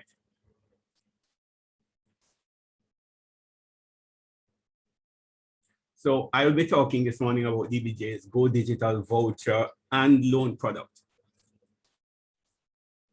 That's me, Manager Investor Relationships at the DBJ, and that is my contact information. So in March of 2021, the Honorable Minister of Finance and Public Service tabled in Parliament the Social and Economic Recovery and Vaccine Program, the SERVE program for Jamaica. Now, SERVE is a $60 billion program, which is designed to assist in reviving the Jamaican economy and providing social support for Jamaicans. An important component of SERVE is a $5 billion carve out for business support. And that $5 billion is going to be allocated across a Go Digital program, lending to MSMEs, $2 billion, and 2 equity funds for SMEs that the DBJ is currently working on. What were some of the objectives of the SERVE program, and more specifically Go Digital? So the program is primarily designed to assist and promote the adaptation of cutting-edge technology for MSMEs and also to facilitate a vibrant market for digitization service providers. So those providers would be like Leighton and Almando, who presented earlier. We are targeting roughly 1,000 MSMEs for digital transformation initiatives, and we are expecting an improvement in efficiencies within their business process and business operations. So let's look at the products. So the voucher itself is very similar to DBJ's existing voucher program. And many of you might be familiar, you may have been recipients of DBJ's voucher. Just to add here, so I don't forget, is that you don't, or you can access a Go Digital voucher in addition to a DBJ regular voucher. So having a DBJ voucher, regular voucher does not preclude you from benefiting from a Go Digital voucher. Now the voucher and loan product will support digital transformation, and Armando and Leighton gave you a rundown of what constitutes digital transformation. So I don't need to touch on this, but just a refresher: converting manual products and services, e-commerce, acquisition of training, looking at cloud infrastructure, cybersecurity, and some productivity tools, which were all discussed a short while ago. So let us look at a summary of the Go Digital product. On the voucher side, of course, your registration status has to be a Jamaican registered business. You must be in the category micro and small enterprise, and that is companies or businesses with a turnover of less than $75 million per annum. The value of the voucher is the same as the DBJ regular voucher, and that is $200,000 Jamaican. And as usual, we normally ask that you have some skin in the game, and the counterpart contribution or your contribution as a beneficiary of the voucher will be 30% of the total cost of the project. And the primary objective, as I said, to improve management capacity, access to finance and production. And last but not least, there are no adverse environmental issues as it relates to the voucher. What are some of the things that are ineligible? Purchase of equipment. So this voucher is not for, say, hardware or for salaries or taxes. It's not for you to use in your business operations. It is supposed to be to improve your capacity to be better business owners and business leaders. So the voucher, what you're seeing here, we have 5 areas outlined. No, it doesn't mean that there are 5 different vouchers. This just breaks out the services that the voucher can get you. So we have payroll systems. So we have the Go Digital business. We have productivity, basic, advanced digital, and plan digital, and the different services which would fall under each are listed below. So this is how we will be looking as an organization on what categories or where there is the most take-up in vouchers. And this feeds into our data mining.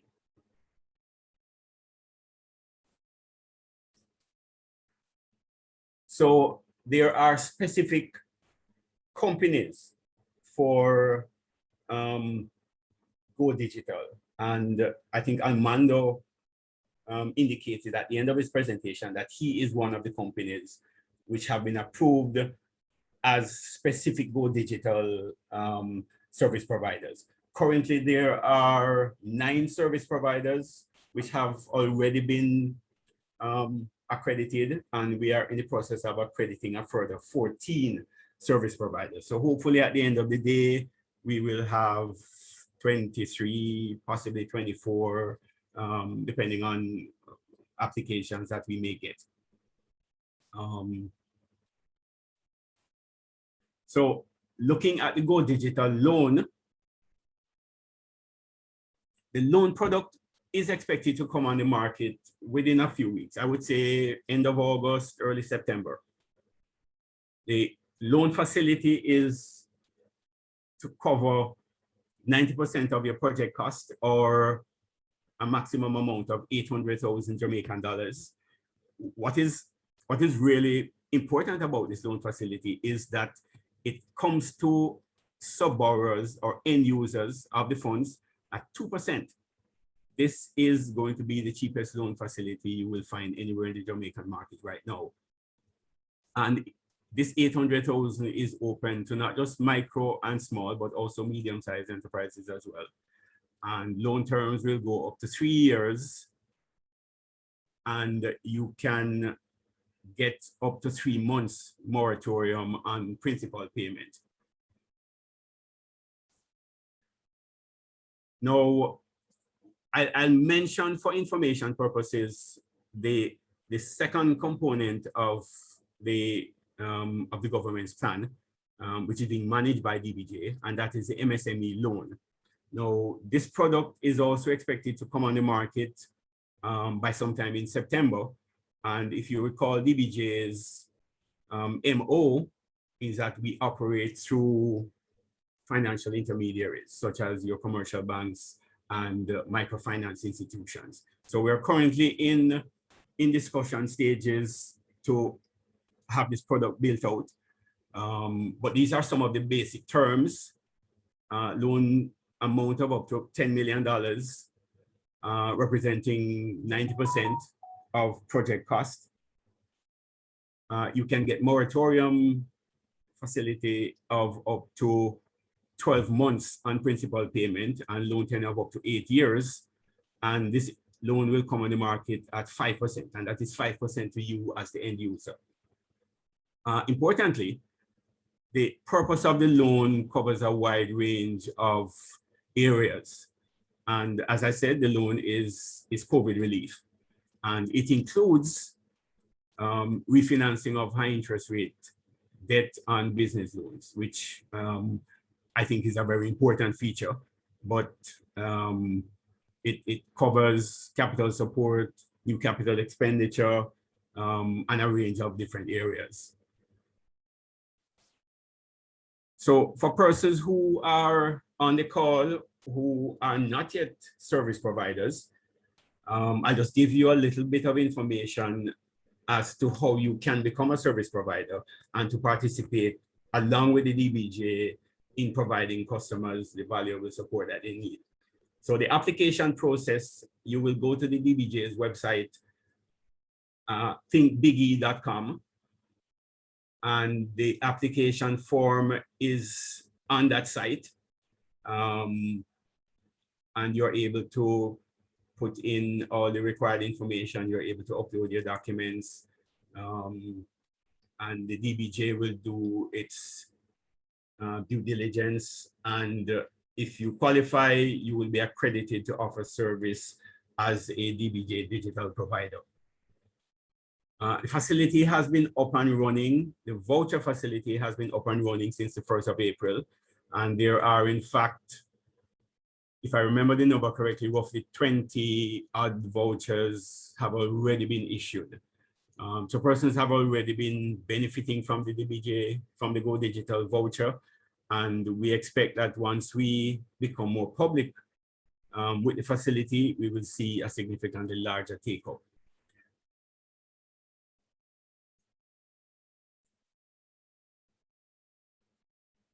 If my screen will change. That brings me to the end of the presentation, really. This is about one DBJ product, not the entire range of DBJ products. So this presentation was always going to be short. And at this juncture, I will field any questions that you may have as it relates to the Go Digital product or any other product of DBJ for that matter, if you need that information now. So Dana, thank you for giving me this opportunity to present DBJ's product, and I will turn over to you, and I stand ready to field any questions that might come up. All right, thank you so much, Mr. Chin. It's always good to hear about how we can access the money that we need to get some of these services and tools in place. And as Mr. Chin pointed out, you feel free to either raise your hand, click on the icon indicating that you want to raise your hand, or type your questions in the chat if you have any. And any of our three presenters that you may be interested in asking questions to, you can go ahead and do that. And I'm sure that they will respond to you accordingly. I have seen where, who is it? Dwayne Stevens has said that he wants some clarity as to whether some of the errors that we have discussed before, be it with Almando Cox or Leighton Campbell, is it really just for persons who have already started? So I don't know if you want to field any of that for if Leighton or Almando or Mr. Chin really wants to speak to his question or query.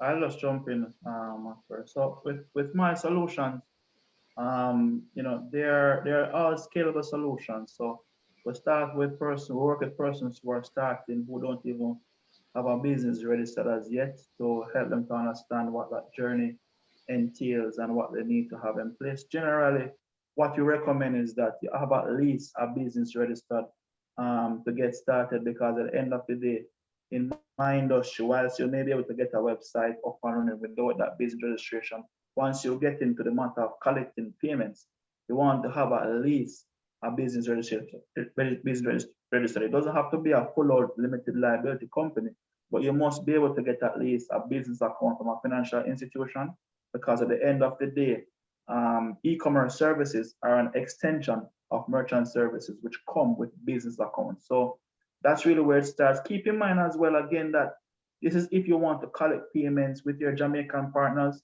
Companies like PayPal and so forth don't necessarily need the whole 9 yards. So you can look at it. It really comes down to your situation. What we work with persons from idea to a fully built out business. It doesn't really matter what the scale, what the state of the business is. All our solutions are provided at scale. Okay, all right. Thank you so much for that, Leighton.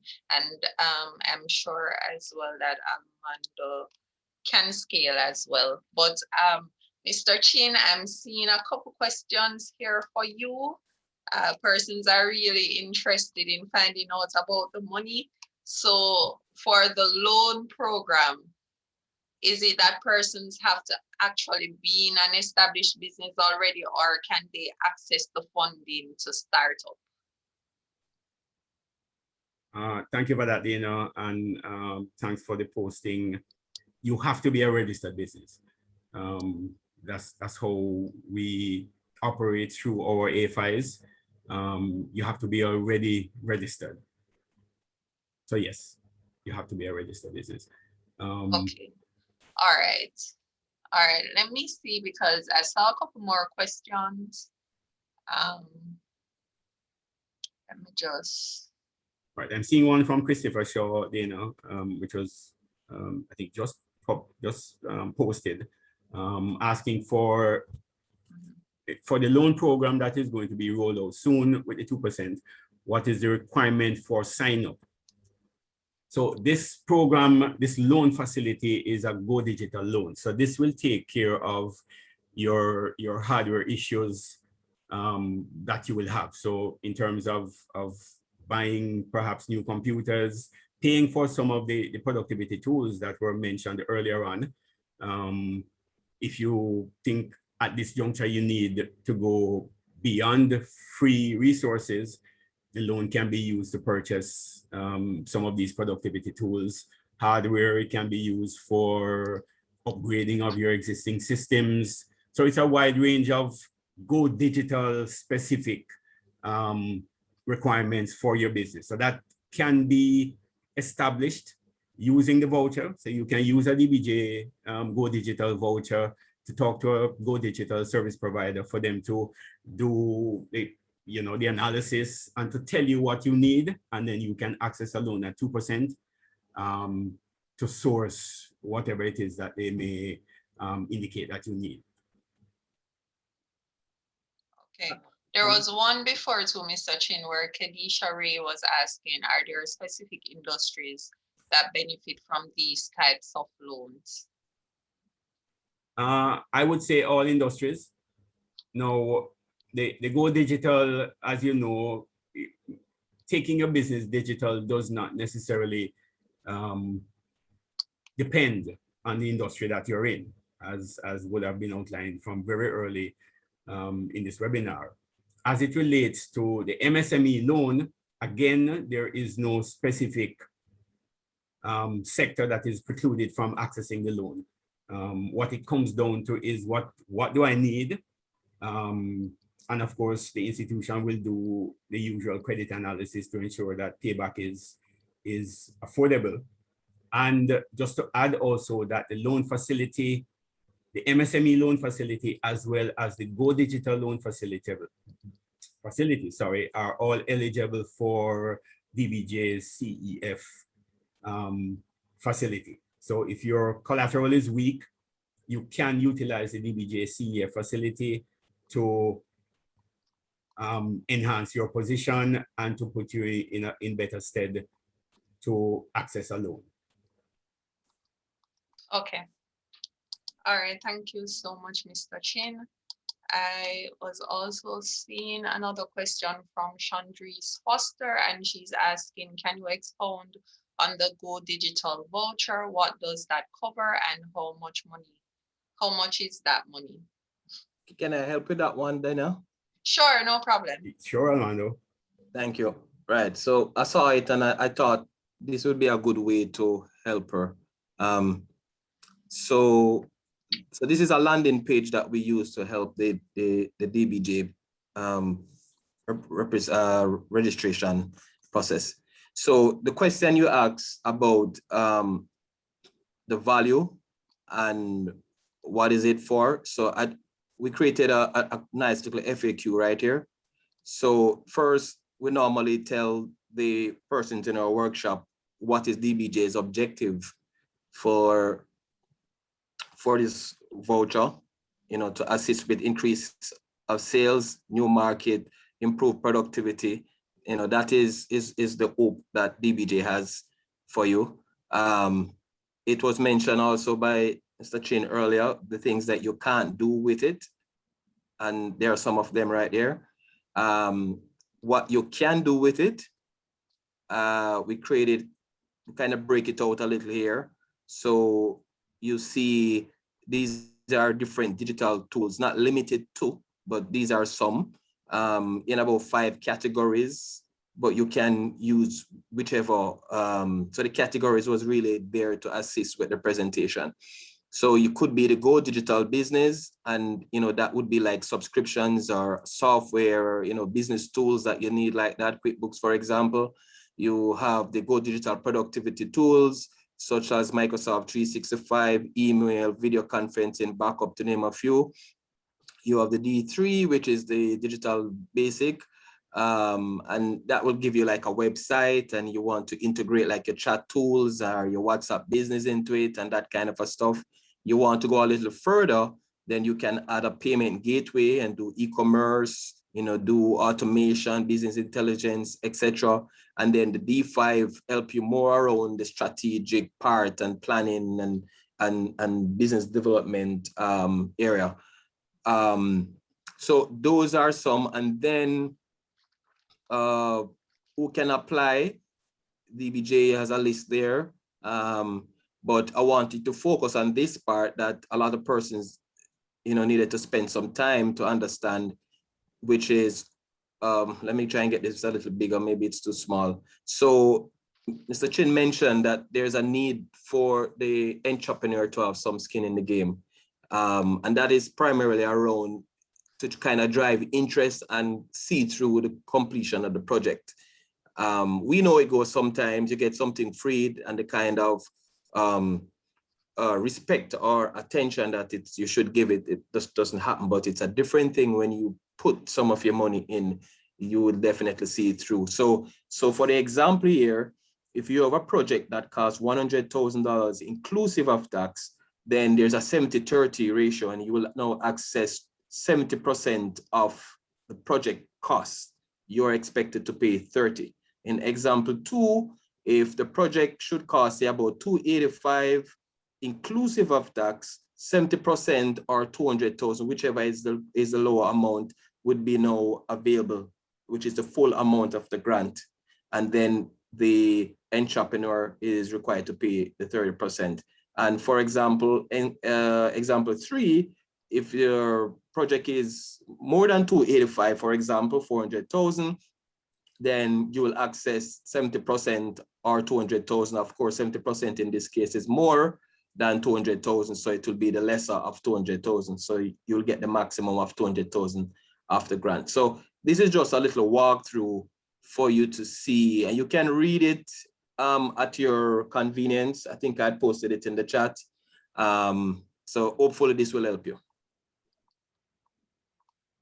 Okay, all right, thank you so much, Armando. I am seeing where that would have broken down a lot of the information for our participants. So thank you so much for that.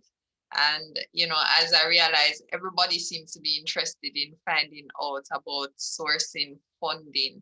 And I believe that once they have accessed these funding opportunities that are there, that they will definitely contact you, Leighton and Almando, to get the services that they need, especially for the digital space. I am also seeing where O'Shane Hunter is asking, can I have some more information on the MSME loan facility, and can I have more information on how to apply? Mr. Chin, this is for you again. Okay, thank you, Dana. So if I can put back a slide. So this is the information that we currently have. As I indicated, we are in discussions with our financing partners. So 10 million, that's the upper limit for the facility, and that represents 90%, or that should cover up to 90% of the project cost. So the project cost can be 12 million, whatever 90% works out to, up to a maximum of 10 million, moratorium of up to 12 months on principal payments, extended payment terms. So loan tenors will go up to 8 years, and the interest rate to you as the borrower will be at 5%. And that is fixed for the life of the loan and payable on the reducing balance. And the purpose of the loan: working capital support in capital expenditure projects, debt consolidation, refinancing of high interest rate business loans, business overdrafts and business credit cards, and the purchase of real estate for use by the business. So those are some of the basic terms of the facility, and we are just working through to ensure that when this product does come on the market, businesses will be able to access without any issue at their commercial banks. Well, one thing I can say, Mr. Chin, is that I don't believe that you should have any issue in terms of persons trying to access the facility once it comes on stream, because we certainly have a lot of interest here today with our participants in the webinar. We hope not, Dana. Okay, all right. I'm not seeing any more questions right now, but I have seen a couple comments. Maxine Goron has said absolutely one of the better put together sessions from JBDC, problem discussion and then ideas on solutions that can be implemented instead of plain talk about the problems and often foreign oriented solutions. Thank you and keep up the good work. And Peter Chin has said to JBDC and all three presenters, this has been a worthwhile experience as the presentations were well done in all aspects. My time was well spent this morning. And we thank you very much, Peter Chin and Maxine Goron, for those really good comments. We appreciate the feedback. Okay, and also Elizabeth Montoya said, thank you very much for your presentations, gentlemen, and well done. All right, so I am seeing in the chat where Almando Cox has put some of the links that you can access the DBJ website for information on their grants. So you can go ahead and check those out if you want to get additional information on the DBJ program. To our presenters today, I really want to thank you so much for being here and for providing really valuable information. So our participants and to anybody else who will be watching this webinar after the fact, and just let you know that if you want to share the information here with anyone, you can access this webinar on the JBDC's YouTube page, JBDC Jamaica. So you can visit the page, like the page, subscribe to the page, and you can share the video when it is uploaded with other persons. Or if you want, you can go back and watch to access any information that you may have missed earlier. So we really want to thank our participants and our presenters for being here, for just participating and helping to make the webinar a fruitful one. And we definitely look forward to our participants accessing not just the freebies or the loans, but actually utilizing some of these platforms and tools that were highlighted in the webinar today as we try to move towards the digital transformation, and especially in this era of the coronavirus that has forced us to go towards that platform. So we look forward to persons utilizing the platform, and if you need to access the JBDC to get any additional information on services that can assist you in your respective business development areas or whatever you may be pursuing, don't forget that you can give us a call at 876-928-51615. I'll type it in the chat, or you can send us an email at info@jbdc.net.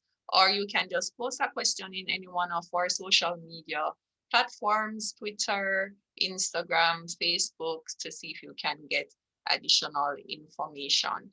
I am seeing where Andreen Bailey is asking how soon it will be accessible on YouTube, and I believe it will be there pretty soon, perhaps by the end of the week or by early next week.